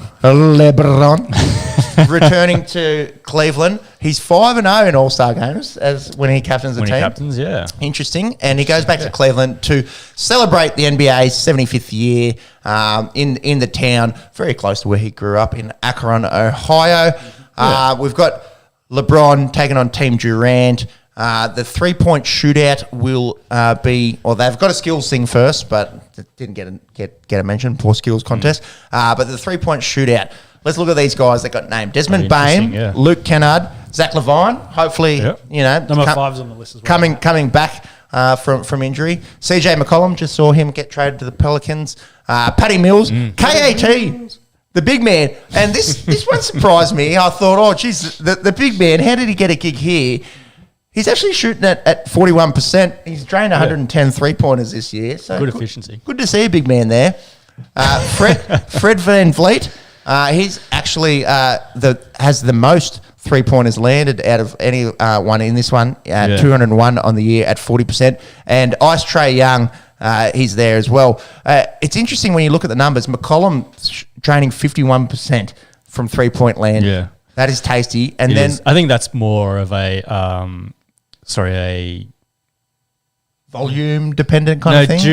Due to I suppose volume. So he's only sitting at sitting at 109. So he has the least 3-pointers landed out of anyone in that list. Yeah, so I guess the more shots you take, the lower that average is probably going to be, unless you're some freak. But yeah, named Wardell, who's had a quiet year actually by his lofty standards from 3-point land. Yeah. But yeah, still great to see him shooting at 51% there. And what do you think about Patty Mills getting the nod in a 3-point contest? Yeah, real nice. Shooting at 42%, so hey. Yeah, and high numbers as well. 186 threes landed. Kyrie Irving, second most on that list. Being the 2.5 men. Well, they're 1.5 men now, aren't they? With the departure of Harden, it's been a blessing for Patty Mills. We saw him have an elite Olympics last year, and he's one of our favourite athletes that there is. Comes from our town. So awesome to see him on the elite level there, and imagine if he takes it out. It'd be interesting. It'd be nice. Back on McCullum. Function. I was trying to say function. I forgot the word function. Yeah, it's all right. It's okay. I forget words sometimes. I don't know if I do it on the same kind of frequency that the boys to my left and right do, but that's okay. It's okay. We're work in progress. We're slowly rubbing off it. Work in progress. Work in progress. Yeah, you're not making us better. We're making you worse. That's how it works. Lowest common denominator. If you guys are bringing me down, it wasn't a high point to start off with. We might be going underground. There's that man, Josh Giddey. Let's go. Let's fucking go. Imagine being 19 and playing in the NBA. Yeah. Is this the Rising Stars? Yeah. Are they playing now, or is that tomorrow as well? I think it's tomorrow. They might just be announcing what's the teams for tomorrow. Indeed. Jalen Green. That's a good segue into the slam dunk contest. Jalen Green will be playing in the slam dunk contest. It's always good to see guys that are 6'3", 6'4", playing, doing slam dunks. Yeah. As a 6'6" man myself, I can touch the ring. I don't know about throwing down big slams. That's it. You just need an extra foot. Yeah. What do we think about these names? These names, even. Underwhelming or nice to see some younger guys getting a go on the big stage? We've got Obi Toppin from the New York Knicks, the tallest man in this contest at 6'9". We spoke about Jalen Green. Cole Anthony from the Magic, 6'3". Let's go, 21 years old. And one Toscana Anderson from the Warriors. Is it underwhelming or is it nice and refreshing to see some smaller names in the NBA get the gig. Maybe a little bit underwhelming numbers wise, but it allows these guys to also be a bit more creative and they go get more opportunities. But after watching what Myles Garrett was doing there a second ago, you should throw him in there. The hops on Myles Garrett is ridiculous for a guy his size. Unbelievable. He was dunking the basketball there. So he to finish that game, he did a massive windmill dunk there. So it was like he's an actual athlete. He's an athlete. So. Huge. Yeah. We don't want matter. He's like 280 we don't want to talk pounds. too much about that celebrity game because that was trash viewing. Not elite basketball. Not elite basketball. No. Can we find out who number 8 is with a man bun? Actually, very, very good. Again, the word celebrity gets thrown out pretty loosely these days. But yeah, that's coming from a few guys in a basement in Canberra, Australia. I think it's nice just to see these guys get recognition. Obviously, it's going to be big, for them as players to be in the slam dunk contest. Does it take away from the theatre of it? Yeah, I think it does. When you've got Dwight Howard wearing the Superman cape and going up and blowing out candles and all the rest of the theatre that it used to be. Well, we talk about faces and your big names and things like that. You've kind of missing it a little bit here. Like these guys are, like you said, getting exposure and up and coming rookies coming through. So potentially they're going to be stars of the future, but it's not your big guys in say the top 20 doing top 50. Exactly. And no offense to these guys, they're playing in the NBA. Well done. One of the hardest leagues to make it in the world, possibly the hardest. But I do think it takes a little bit away from the viewer's interest. Say you had 4 elite names there. Yeah, we put LeBron in there as a name. Giannis. Exactly. More people tune in. Embiid, Giannis and LeBron going back and forth at each other in a slam dunk contest. Yeah. One for the ages. It is funny though, because I think like sort of 5-10 years ago, the slam dunk contest was a really big thing, and now it does seem like it's a little underwhelming. That's my personal thoughts. Would love to see some sick dunks from these guys, and make a name for themselves. Or make a bigger name for themselves. Yeah, I suppose that's it. Like, I suppose with these younger players, are they more inclined to show something that's a little bit different, a little bit fresher that no one else has really done before? Well, I think that's the idea because they'll take more risks than say LeBron will, because again, LeBron doesn't want to blow out his knee or ankle or something. They're like, I'm going to run up and jump off this dude's back and do a somersault to do LeBron's never doing that. Yeah, maybe these younger guys are more in touch with the socials and what's happening on TikTok and know what's going on with some crazy fad that's going on at the moment. This is making me sound old, but maybe they're just more in tune with, I guess, the more acrobatic style out there, I guess, of trying to find something a little bit more creative. I don't know. Anyways, All-Star Weekend comes through. Not much defense to be played this weekend, but hopefully a little bit of a spectacle as the NBA reaches its halfway point. Let's go over to our other round ball game that we'd like to keep an eye on. Can you have a look at Cristiano Ronaldo, his goalless streak? I think it was like 6 games that he didn't score a goal for, and apparently that by Ronaldo's lofty standards, it's a long time. It's a lot. Is that a function of him getting a little bit older? Is that a function of where Man United are at the moment? But he did break that streak in their 2-0 win against Brighton this week. The other thing is, if he doesn't score goals, they haven't really been winning either. So that's another kettle of fish. Again, we could talk about LeBron versus MJ for a whole podcast. We could talk about what's wrong with Manchester United for a whole podcast. A lot. The best thing is all these other teams that are vying for that 4th position are doing their best to lose games as well. We saw Tottenham lose during the week. We saw West Ham lose. Yeah, it's keeping it interesting, and keep an eye on fucking Wolverhampton. They're coming in. Could usurp that 4th spot. Obviously, City, red hot favourites to take out the EPL. Don't need to reiterate that. Liverpool could catch them. It'd be interesting to see. Never say never. And the Champions League has been back this week. We saw an absolute demolition of Lisbon in Lisbon by Man City. 5-0 away, you'd have to play a pretty bad game to not get through to the next round. Where are we at with the Champions League? Are we round of 16?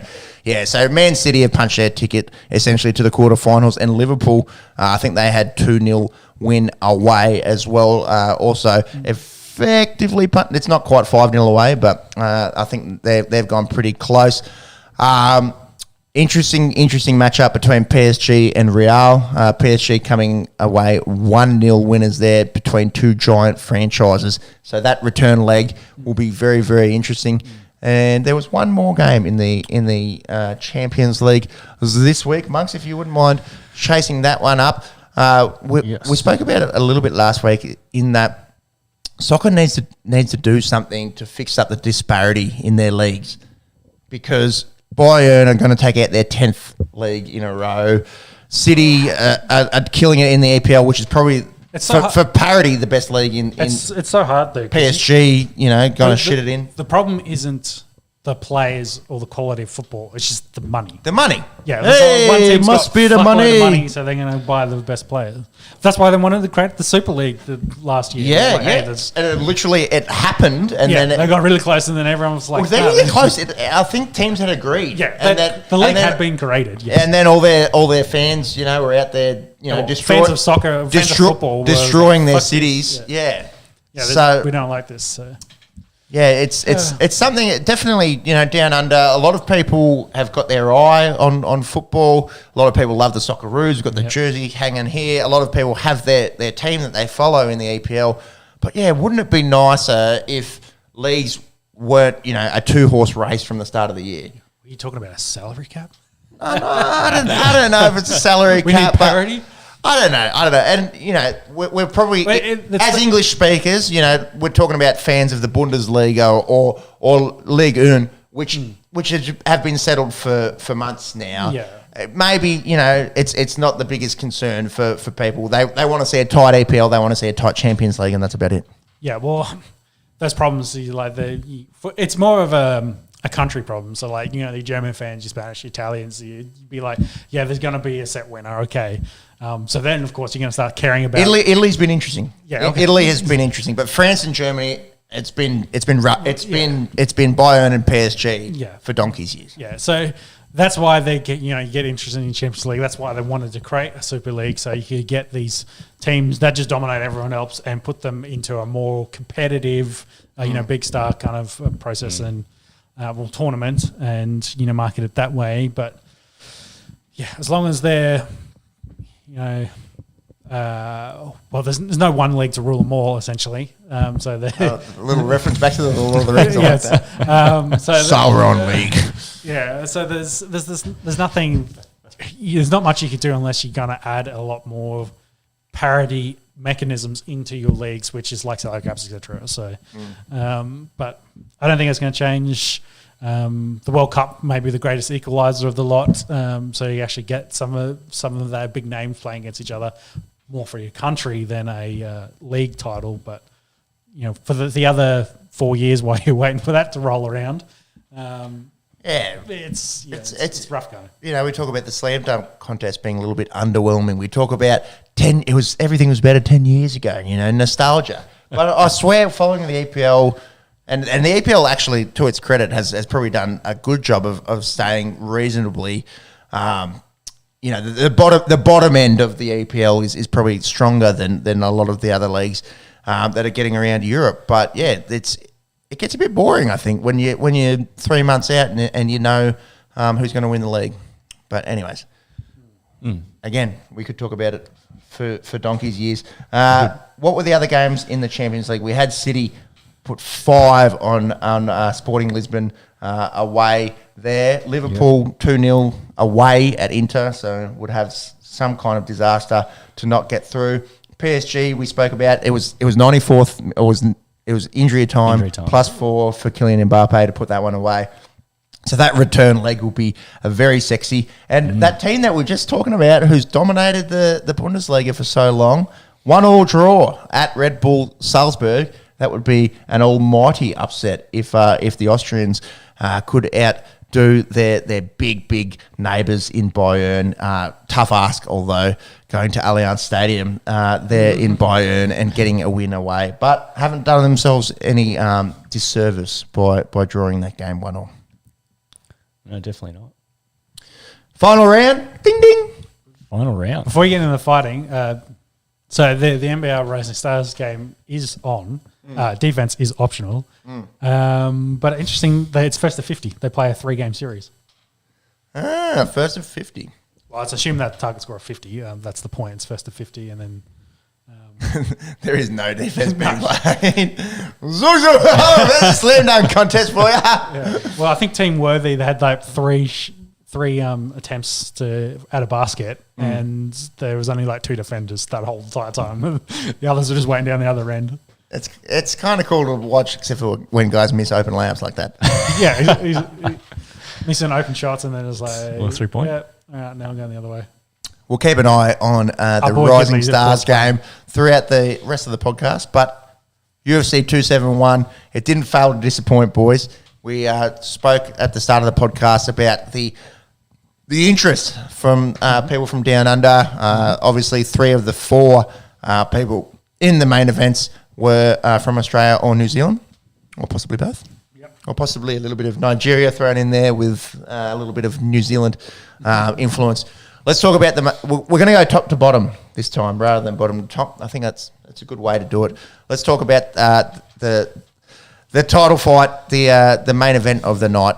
Israel Adesanya, and still he's got the best of Bobby Knuckles, Robert Whittaker, twice. He won it 48-47, 48-47, 49-46. Yep. What do we Went make the of distance this round? Went the distance, much improved showing from Robert Whittaker. What do we think of this fight, boys? I had 2 thoughts on this. I had Izzy winning. I thought Izzy won. Pretty handily. As we all did, yeah. Yeah, well, this fight. But then I was thinking back on it, and I was like, those last 3 rounds, Izzy only threw calf kicks, left high kick, and a couple of jabs throughout those rounds. It was like, I could see why Whittaker thought he'd won that with his wrestling. It was a super technical fight. It was really close. I think Israel with his strikes did, he outscored him through those later rounds. But it was a lot closer than I think a lot of people kind of realise. And these 2 are the top 2 in the division. By far. Yeah, because Whittaker beat the 2 guys that we'll talk about in a minute as well to keep that first spot. So it wouldn't surprise me if there'll be a 3rd fight for these guys. They're the top there. And I think... Is that what you think? Yeah, easy. They'll go... definitely. I think... And we will chop and change a little bit here. I think Cannonier's got a leg to stand on in wanting Izzy next. Yeah, he'll get Izzy next, definitely. And then Whittaker coming back for a third Whittaker's fight. already beat Cannonier, so that's how he got this rematch. So he's clearly still the number 1 contender. Yeah, sure. In my mind, going up against Izzy, and he kind of proved it in this fight as well that he can compete. But much better game plan in this one, more tactical. I thought he should have probably let the right hand go a bit more towards the end of the fight, but otherwise it was, a really, really technical fight where they, working each other's, working within what they could do without, getting each other killed. You keep using this word technical. Did you find it boring at all? No, not at all. That is the word that has been thrown out a little bit in social media. So casual. If you know what you're looking at, no, it was. And here's the thing. It was definitely worth.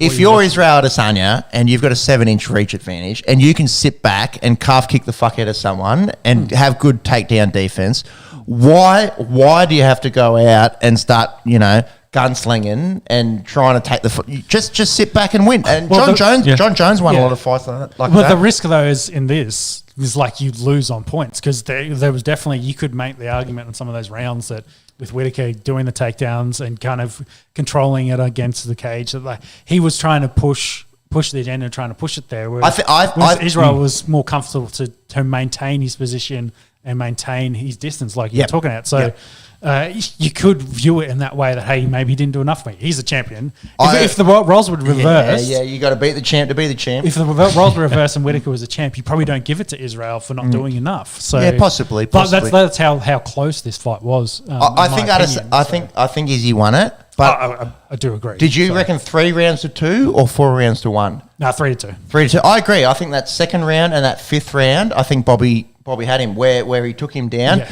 I think, and then you got to worry. That's why you got to worry about 3 and 4. Where it's just like you could maybe see one go and the other. Like they were super close. So. Yeah, it was. But there was never any point where you're like, oh, Izzy's in big danger here. No. Do you know what I mean? Like, well, and same. I'd say also the same for Whittaker. Outside of the first round where he got knocked down, with the, I think he got surprised more than than anything. That was the difference, wasn't it? The first round was the massive difference. That was a clear win for Israel there. But outside of that, round 2, Bobby kind of looked dejected, but then he just kind of worked into his game plan, and then it started working, and he fought a lot better 3, 4, and 5. So.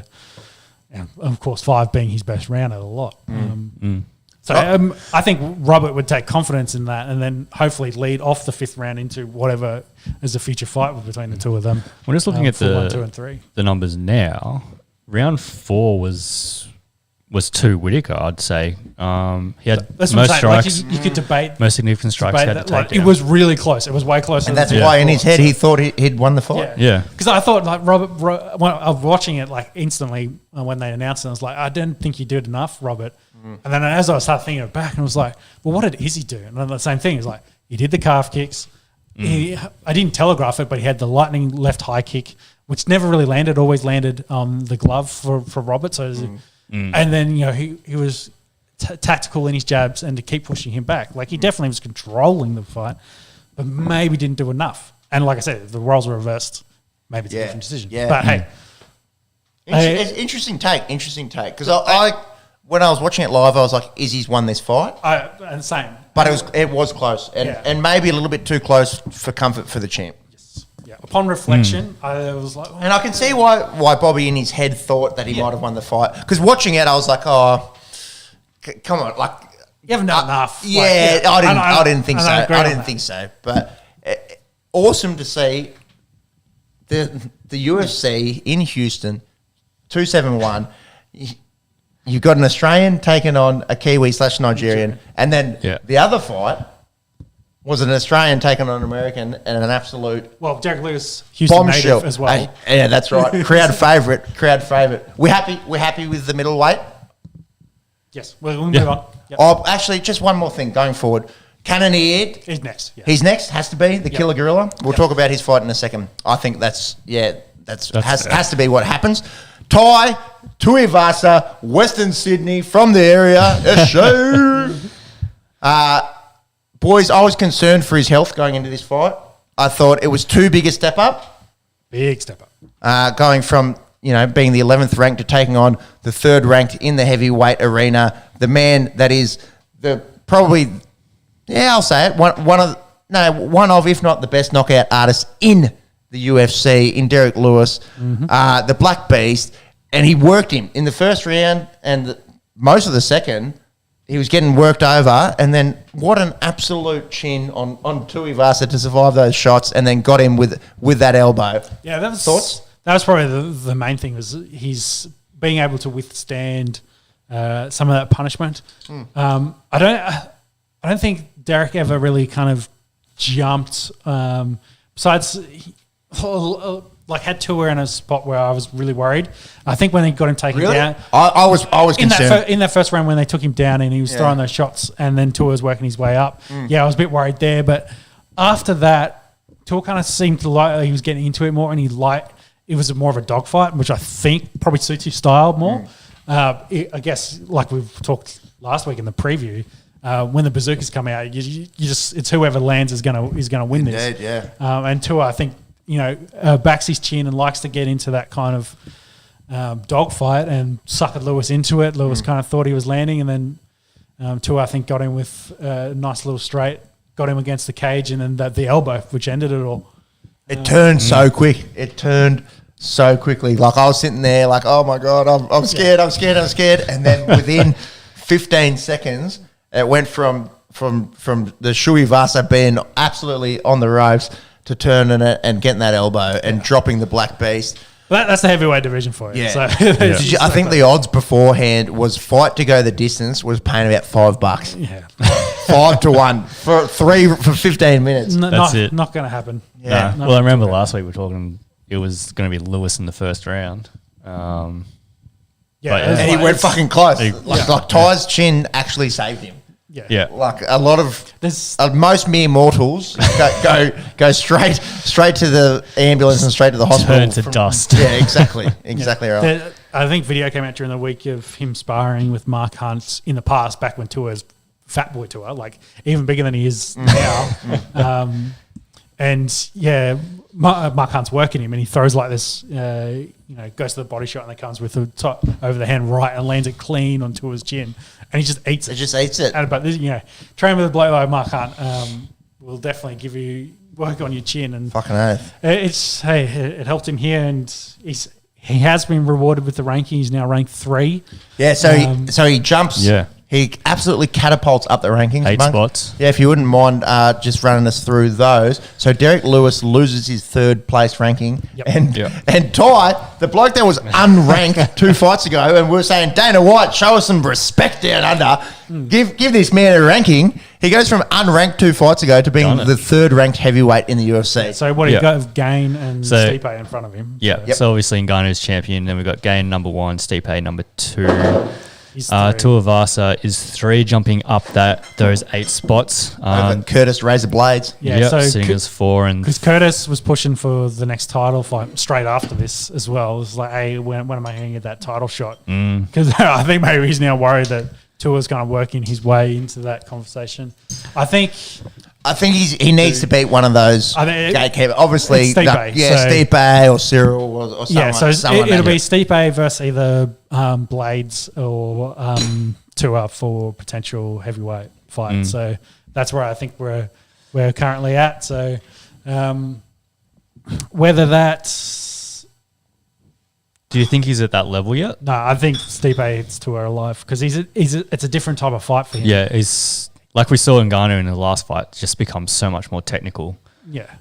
Even utilising some wrestling and stuff as well. The way Stipe fights doesn't lead well to the way that Tua wants to fight a heavyweight fight currently. Yeah. So I think Tua could beat Curtis. I think Tua could beat Curtis Blades on the feet because Curtis has a bit of a glass chin. But Curtis could out wrestle the shit out of him. That's Curtis's game plan. He's not out there to knock people out. He's going to just come forward, take you down, and then that's all she wrote. And I'm not sure what Tua's definitely be better at that, but whether he could compete with a elite wrestler like Curtis. But then Stipe's just different again. He's more of a masterful tactician in the ring than what say Tua is currently. So. You never know. Again, it's heavyweight. You might walk out there and just staunch either one of those blokes and be like, and Ngannou, I want you next. And that's all she wrote. Yeah. It's the heavyweight division. That's what happened. Mark Hunt, I went on the exact same run. You got to remember that. Yeah, he just knocked out everyone they put in front of him. Didn't matter who it was. As long as he was getting the knockouts. Big Roy Nelson as well. Yeah. Big country. Yeah, that's it. Ascended very quickly and then disappeared just as quickly as well. But that's what you get at that division, isn't it? So I think Tua is currently on the 2nd longest win streak in the heavyweight division behind Francis. And he's got the longest active knockout streak in the UFC. Yep. 5 in a row. Mm-hmm. Let's go. Got some hands. Cannonier Brunson, what do we think? The Killer Gorilla, he actually got smacked. Big time rigs. How these guys are in the middleweight division. When you look at, like, no offense to Bobby Knuckles and Izzy, these guys look fucking huge at 185. Jeez, they must be. Cannonier looks bigger than Bronson as well. Doesn't? Yeah. How much weight do they cut? What are they stepping in? 20 pounds easy. They have to be 200 days. Yeah, over 200. Yeah, nuts. But what about Brunson? He torched him in the first, and then out of nowhere, the Killer Gorilla goes out and he rocked him with one. And then jumped on his opportunity and got the job done with the elbows. After that shot, Bronson was like a completely different fighter. To the point where I think he had a concussion. That's to me what it tend to agree. Like. Yep. Like he's not knocked out. He's 100% not there. And everything was just slow for him, which you don't want to have when you go on and got Cannonier across the the cage from you. So he was leading that fight, won the first round, doing the job, but yeah. First loss for Blonde Brunson. Yeah. Blonde Brunson had 5 in a row. He's now Blood Brunson, I think. Oh, poor fella. That's what Cannonier said straight after the fight. So that's the quote. Yeah, but once you slow down, losing the pace, you don't want Cannonier across from you. So he got the job done. No. Running through the other fights that started the main card. Brazilians going to Brazil. Renato Moicano getting the Texas native Alexander Hernandez. You could see in the first round, just wanted to get him to the ground and try out his BJJ. He got his wish in the second and got on the back and rear naked choke. Game over for Alexander Hernandez. A very interesting fight there and technically brilliant there for Renato Moicano. Hernandez is 35. You'd think maybe getting close to pulling the pin. And Moicano coming up the division with elite BJJ. You guys see Bobby Green? Yes. Doing a somersault into the ring. He's like an Energizer bunny. He looks a step quicker than anyone else in that division. Late boxing, I think is. I think the all chats all during the week since this has been his boxing prowess at the lightweight division is some of, if not the best, because his hands were electric in this one. Really, really dominated. Get a few Floyd vibes. Like obviously that's a big name, but he can't get hit. He I don't know if he took many shots. Head movement or just dance around the ring. Just all of it. Like it's like you look at Bobby at the end of the fight and he's sweating. He's sweating because he's working, but there's nothing. There was nothing on his face. I think again, it also comes down to MMA boxing as well. Like it's on a completely different level to his opposition. So he is one of the best boxers in UFC, which is a far cry better than a lot of the others are. So interesting for him. I think he's main eventing next week. He's fighting again in 10 days' notice. So, Jesus Christ. If you want to find that. That's unreal. I'm not sure. And that's a testament to what we're just saying. The bloke didn't get touched. And it's a big step up for him. So I think it's against the up-and-comer from Dagestan. It might be Islam. And that's who he's fighting because Benadiris had to pull out with injury. Monks will bring that one up while we talk. Just search UFC and then quickly about cards. Andrei Arlovsky. We're talking about people. Timeless wonder. People that weren't born in the 90s. What about this guy who was fighting in the 90s? Started in the UFC 1999. He's 43. Age is just a number. Possibly the Tom Brady of the UFC. He got Jared Vanderer. A split decision, but I had Arlovsky winning this one. DC. We're not that far, unrelated. He called him Jared Vendetta, so that might be a good nickname for him. V for Vendetta. And Arlovsky just does this to the young up and comers. He goes, "I've been here, I've done that." Yeah, he's a big time gatekeeper. Big time. Does he take another fight at 43? If he's still winning, if they allow him, he will take. If he's still winning, yeah. And what about again another Aussie that will claim Casey O'Neill? Yes. She sounds like this. She's from fucking Dublin or no, Dublin's in Ireland. She's from Glasgow. You sound Irish, so I was wondering where you're going. Yeah, I don't know. It sounded like Conor McGregor. Let's delete that from the tape. That was really awful. Scottish impersonation. There we go. Groundskeeper Willie. That's a bit better. Just need that reference. UFC Fight Night 202, James. So she beat another Texas native in Roxanne Modafferi, and the crowd was booing her. The disrespect out of Houston, Texas. And she told him to fuck off. She gave him double birds. She said, "Fuck off, let me..." No, I'm going back Irish. She was sounding a lot like Groundskeeper Willie and doing her best Scottish impersonation. Much better than I can do. Might need a little bit of work on that one. I need a little bit of prompting. That was more like Manchester, I think, maybe. Anyways, it's the final round. This is what you cop 2 hours in. Did we find where Bobby Green is fighting, who he's fighting next? Yeah. Can anyone in the comments do a Scottish accent, please? We'll need to find it out first. Yes, he is fighting Islam Makachev.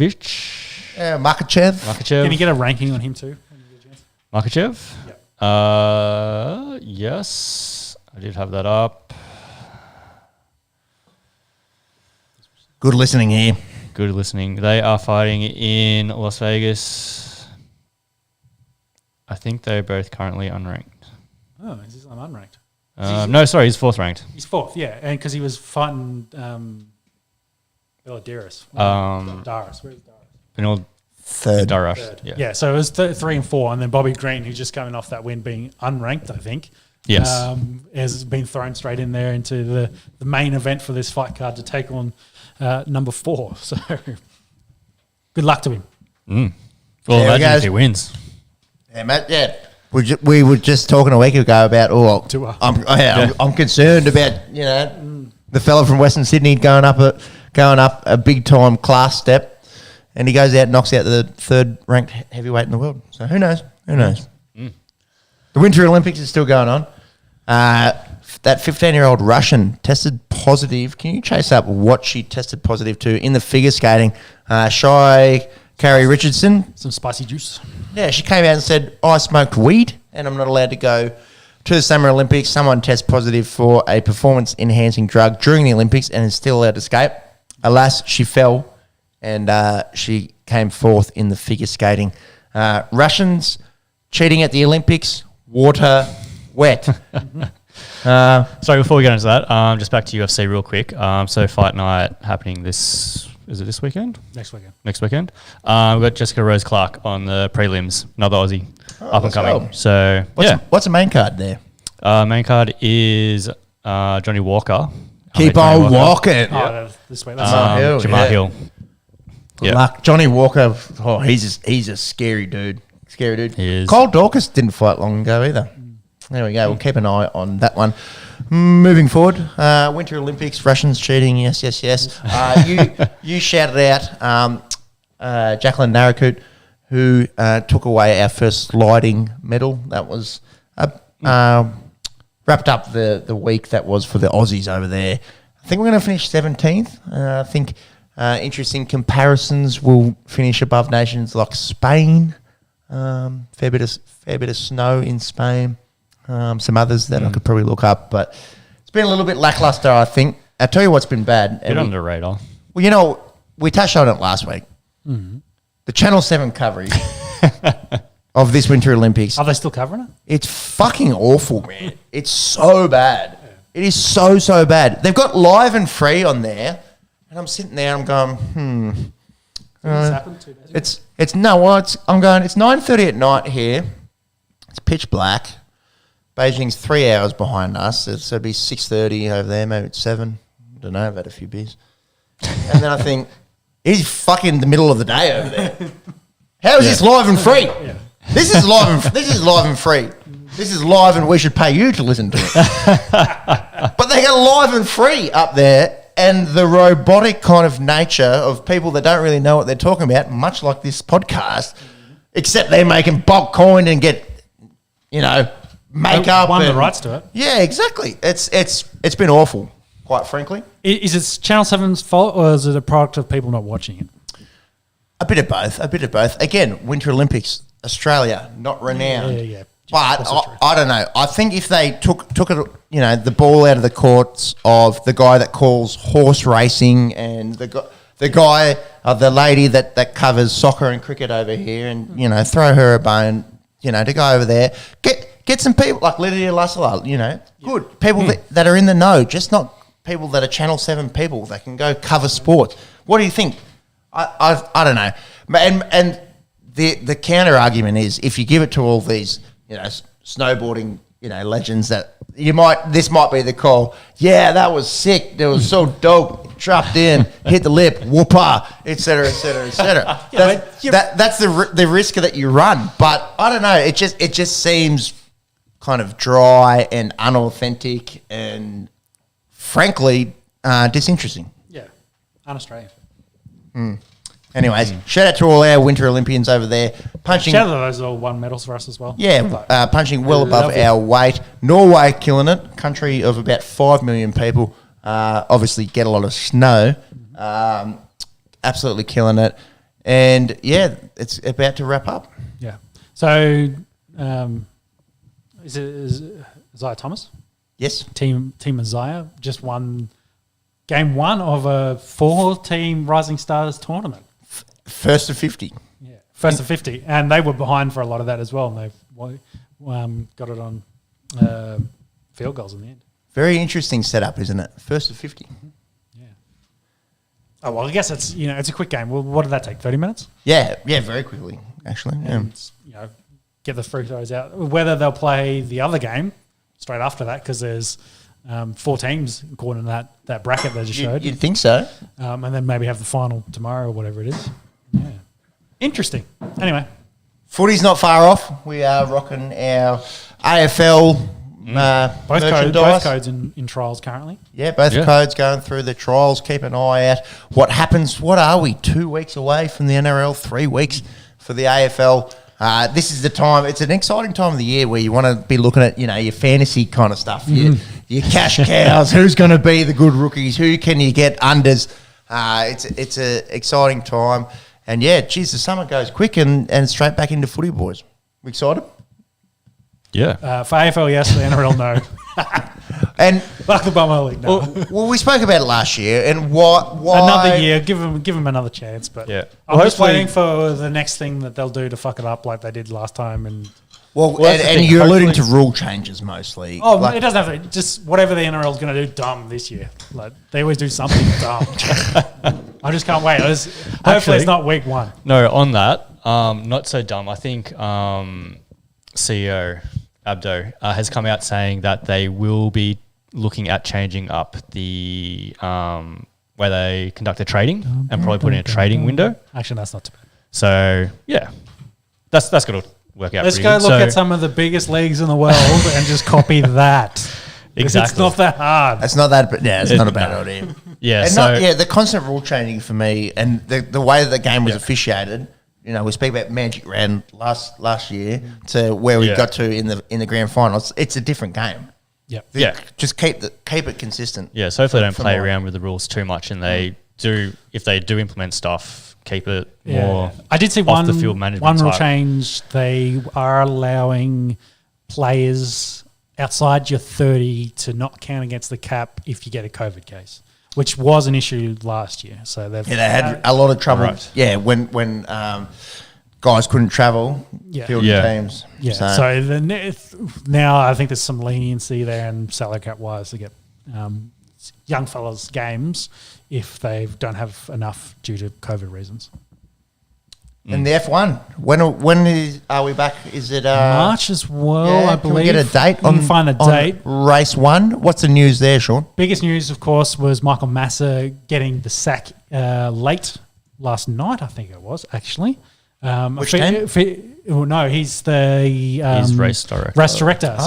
So the one that essentially did all the manipulating as according to Lewis Hamilton to have the way that race ended. So writing was on the wall. It was going to happen. It was more than likely that he was going to get the boot. It's just been made official that is the case. Also confirmation that Lewis is going to come back. So last year was the retirement talk. He signed the 2-year deal. He is going to do his second year. Whether he was or wasn't ever going to retire, I doubt it. Lewis is a competitor. So he was going to come back, and they've been doing all their car reveals, and I'm not sure if you can find me some pictures of, say, the Ferrari and the silver arrow. Mercedes has definitely gone back to silver. They've ran black as their car for the last 2 years to support the Black Lives Matters movement. We're going back to silver. But it's quite interesting. They're doing all the races for cars because the first race being a couple of weeks away. The different designs, the Ferrari looking very sexy as one. But with the new rules, so all the new rule regulations coming into effect, all the new car designs, the Ferrari, whether they're taking the piss or not with their side pods, that picture there, James, the one, the chat about you can have bath a baby in that side pod because it comes so far out. So they've really allowed side pods essentially back in F1. For aerodynamics, the exhaust gases, blah, blah, etc. How does that work for the casual F1 fan? I want to, if you can get some comparison shots, as just to F1 car review comparisons, the design. So they're all actually really different. So surprisingly, so if you look at any ones of those, the front on really works well for the side pods, but the actual, so the front wings are all different. So the side pods, they've got more tucked in and square, whereas the Ferrari one, if you got the Ferrari, is actually flatter and wider, like it's oval shaped. Okay, yeah. So it's like the car's all totally different. So it's actually really good for a racing kind of comparison. So theirs is all wide and comes out here. Most motor racing, see how that's really wide, and they've got the rig, oval shape there. Mercedes is a square. Yeah, they look very different to last year. So, and yes, very different with all the new regulations, with the wheel tyres sizes, with the difference in aero they're allowed. Well, Mercedes has got their front wing. It's very steeped in the panes in between, I guess, the end plates there. Yeah, well, like Aston. Aston Martin. They have a very big wing. It's whereas the very others, high as well. Yeah, very high as well. Whereas like the I've forgotten what Lando drives now. McLarens have a very kind of tighter car, like a lot less in the side pod design. So it's really interesting. So it's probably the great thing about F1, because a lot of motor racing has like a specs race. You got to race your car like this to this specs, whereas they give them regulations and then go be creative with that. These are the sizing limitations. Whatever you do within that guideline, that's up to you. So, which is going to be really interesting this year, because every car is basically brand new with the regulations. Who knows what's going to be good? So it could be a complete role reversal of where they're going to be for the design of the cars. So they've got their more square, and they don't have the kind of tucking in the side pods there. The front wings are a bit different. So using those grills, so Aston Martin, I can't remember if Mercedes were using it. Ferrari's using it. Aston. Yeah, get it right like I did. The guy that knows nothing about cars knows how to say it. Yeah. Well, you can speak. We just talk. We just go vroom vroom. Hey, me lucky. Interesting designs, interesting, I guess, concepts in terms of the aero and how they're going to use the airflow, I suppose, a little bit more so over the car rather than under car, try and get that positive pressure over the tops to bring a negative pressure underneath. Without the usage of barge boards anymore will be interesting. Is this going to open it up, do you think, in terms of the neutral viewer? F1 car comparison. Will it be Hamilton Verstappen, or does the new cars kind of open it up? Well, there is more of a spending cap, so it should be the amount. There's an ESPN article that actually what is your car? Wow, this is such a shit browser that you're using. Yes, this is just to scroll through some because it's got a bunch of images. So you had the Ferrari with the different kind of designs there, different wing. So you can see the front on what that looks like, smaller kind of front wing. Then the Mercedes, kind of the front wing has more of a drop down. Red Bull, completely different design. They don't have the vents in their side pods, but they've got the big like oval ones. Kind of a square closed off side pod with all the vents in it. Different wing design. Like for which brand? For the Aston Martin. James Bond, let's go. McLaren is actually a lot more sleeker, so they don't have big side pods, but they've got more of the supporting sort of aero like on the floor there, and it kind of theirs tucks in. So if you look at the overhead shot, their car kind of tucks in more in the middle there. They've also changed up their suspension layup. So what they would normally have in a regular season last year, they've reversed it with the push and pull rods in their suspension. So to answer your question, Pepe, is like, who knows? It's all so different. Like the cars are all being engineered different again, and how their side pod kind of it takes it in the middle and then runs it down to theirs goes down. The AlphaTauri runs down the car. I think that's good. I think that's good for the F1. Big time. Like again, that's completely different again. The Williams there, so it could. So will we see? To answer your point, spending cap. they've all spent the same. Mercedes, Red Bull have fuckloads of money. They've spent their money in their design, so you assume their designs are good. But there's probably going to be a bit more parity. They, of course, still have the best drivers in the world. But hopefully you'll see closer racing, less turbulent air and aero causing issues to be close. So they should be closer throughout the race, which would lead to more overtakes. So it should be a more competitive season. So who really knows is probably the answer to that question. One of these other teams might have just ticked the right box with their design and be a second quicker. And a second is an absolute mile in F1. And that could be the difference. Or they could all be really, really close and you'll have a different winner every week. So that's what that's what I want to hear. Yeah. That's what I want to hear. Really looking forward to it. Really liking some all the designs. Definitely check out the front-on views and the overhead views of comparison shots of the cars because there are a lot of differences this year, which is really, really good to see. Definitely, yeah. Just back on race directors. So this year they're electing to have 2 race directors. They'll alternate each race.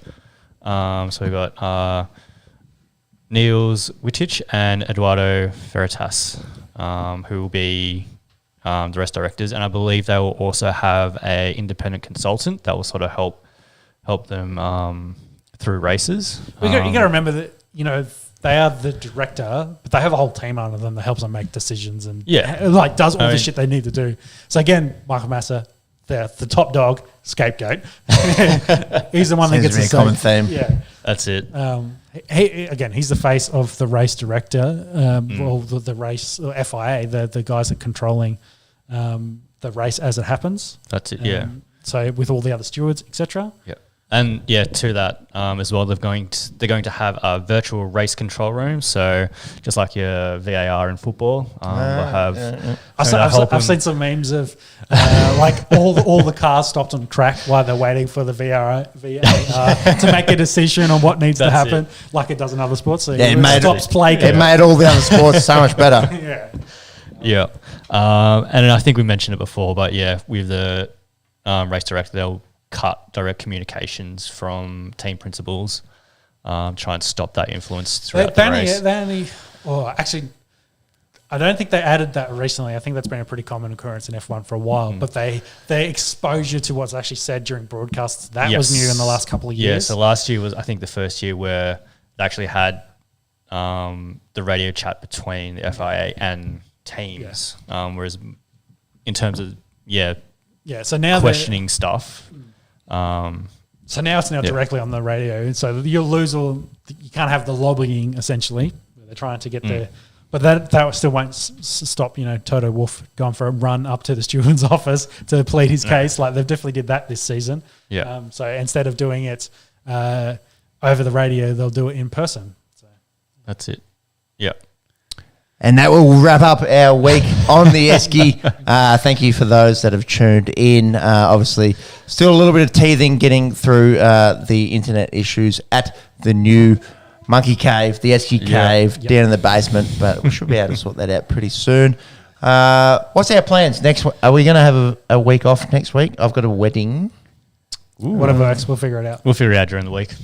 We might come back for a full comprehensive preview of the National Rugby League and the AFL. Obviously, we say goodbye to the National Football League, but we've got the NBA and soccer heating up. Cricket never stops. Thank you, boys. Thank you to the Carlton Draft for our new kit. Again, that code is ESKY, ESKY, to get 20% off Carlton Draft merch. Hit that up. Yeah, there you go. Oh, yeah, there you go. Got the back. The Jared and Tom Berry bros. Yeah. Actually, you got your Carlton mids on the back as well. Yeah, I can do a quick spin. This is like Milan, Paris, New York, Denman Prospect. That's it. You got the legs for it, Pep. So I do have the legs. I'm considering a career change. You might actually step out of frame here. Yeah, too tall. If Gucci or Dolce & Gabbana need a tall male model with underdeveloped quads, you can't grow them, dude. It's impossible. It's impossible to grow cars. Genetic. Yeah, you're in fresh frame. You're good. You're good. There we go. You got your mids there. There you go. Sammy Walsh, Paddy Cripps, Mark Murphy, Let's go. Let's make the 8 this year. Let's go. Let's go. All right. Aiming high. Oh, come on, it's achievable. No, thank you to anyone that has tuned into this absolute dribble. Please consider checking us out on Instagram. We've got a Facebook now, doing big things in the Twitterverse. Who knows? It's all fake and, attributes to our lives being more miserable. No, we love sports. What are you talking about? Social media. That's what I'm talking Generally. The lads talking about media. sports, that's where it's at. Yeah. No, that was just a joke, a dark one at that.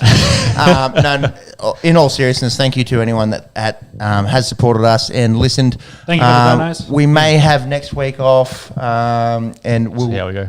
We'll be back in 2 weeks to preview the upcoming Australian sports and talk general dribble. Yeah. Cheers, boys. Cheers. Thank you, everyone. See you next week. Thanks. Bye. Bye.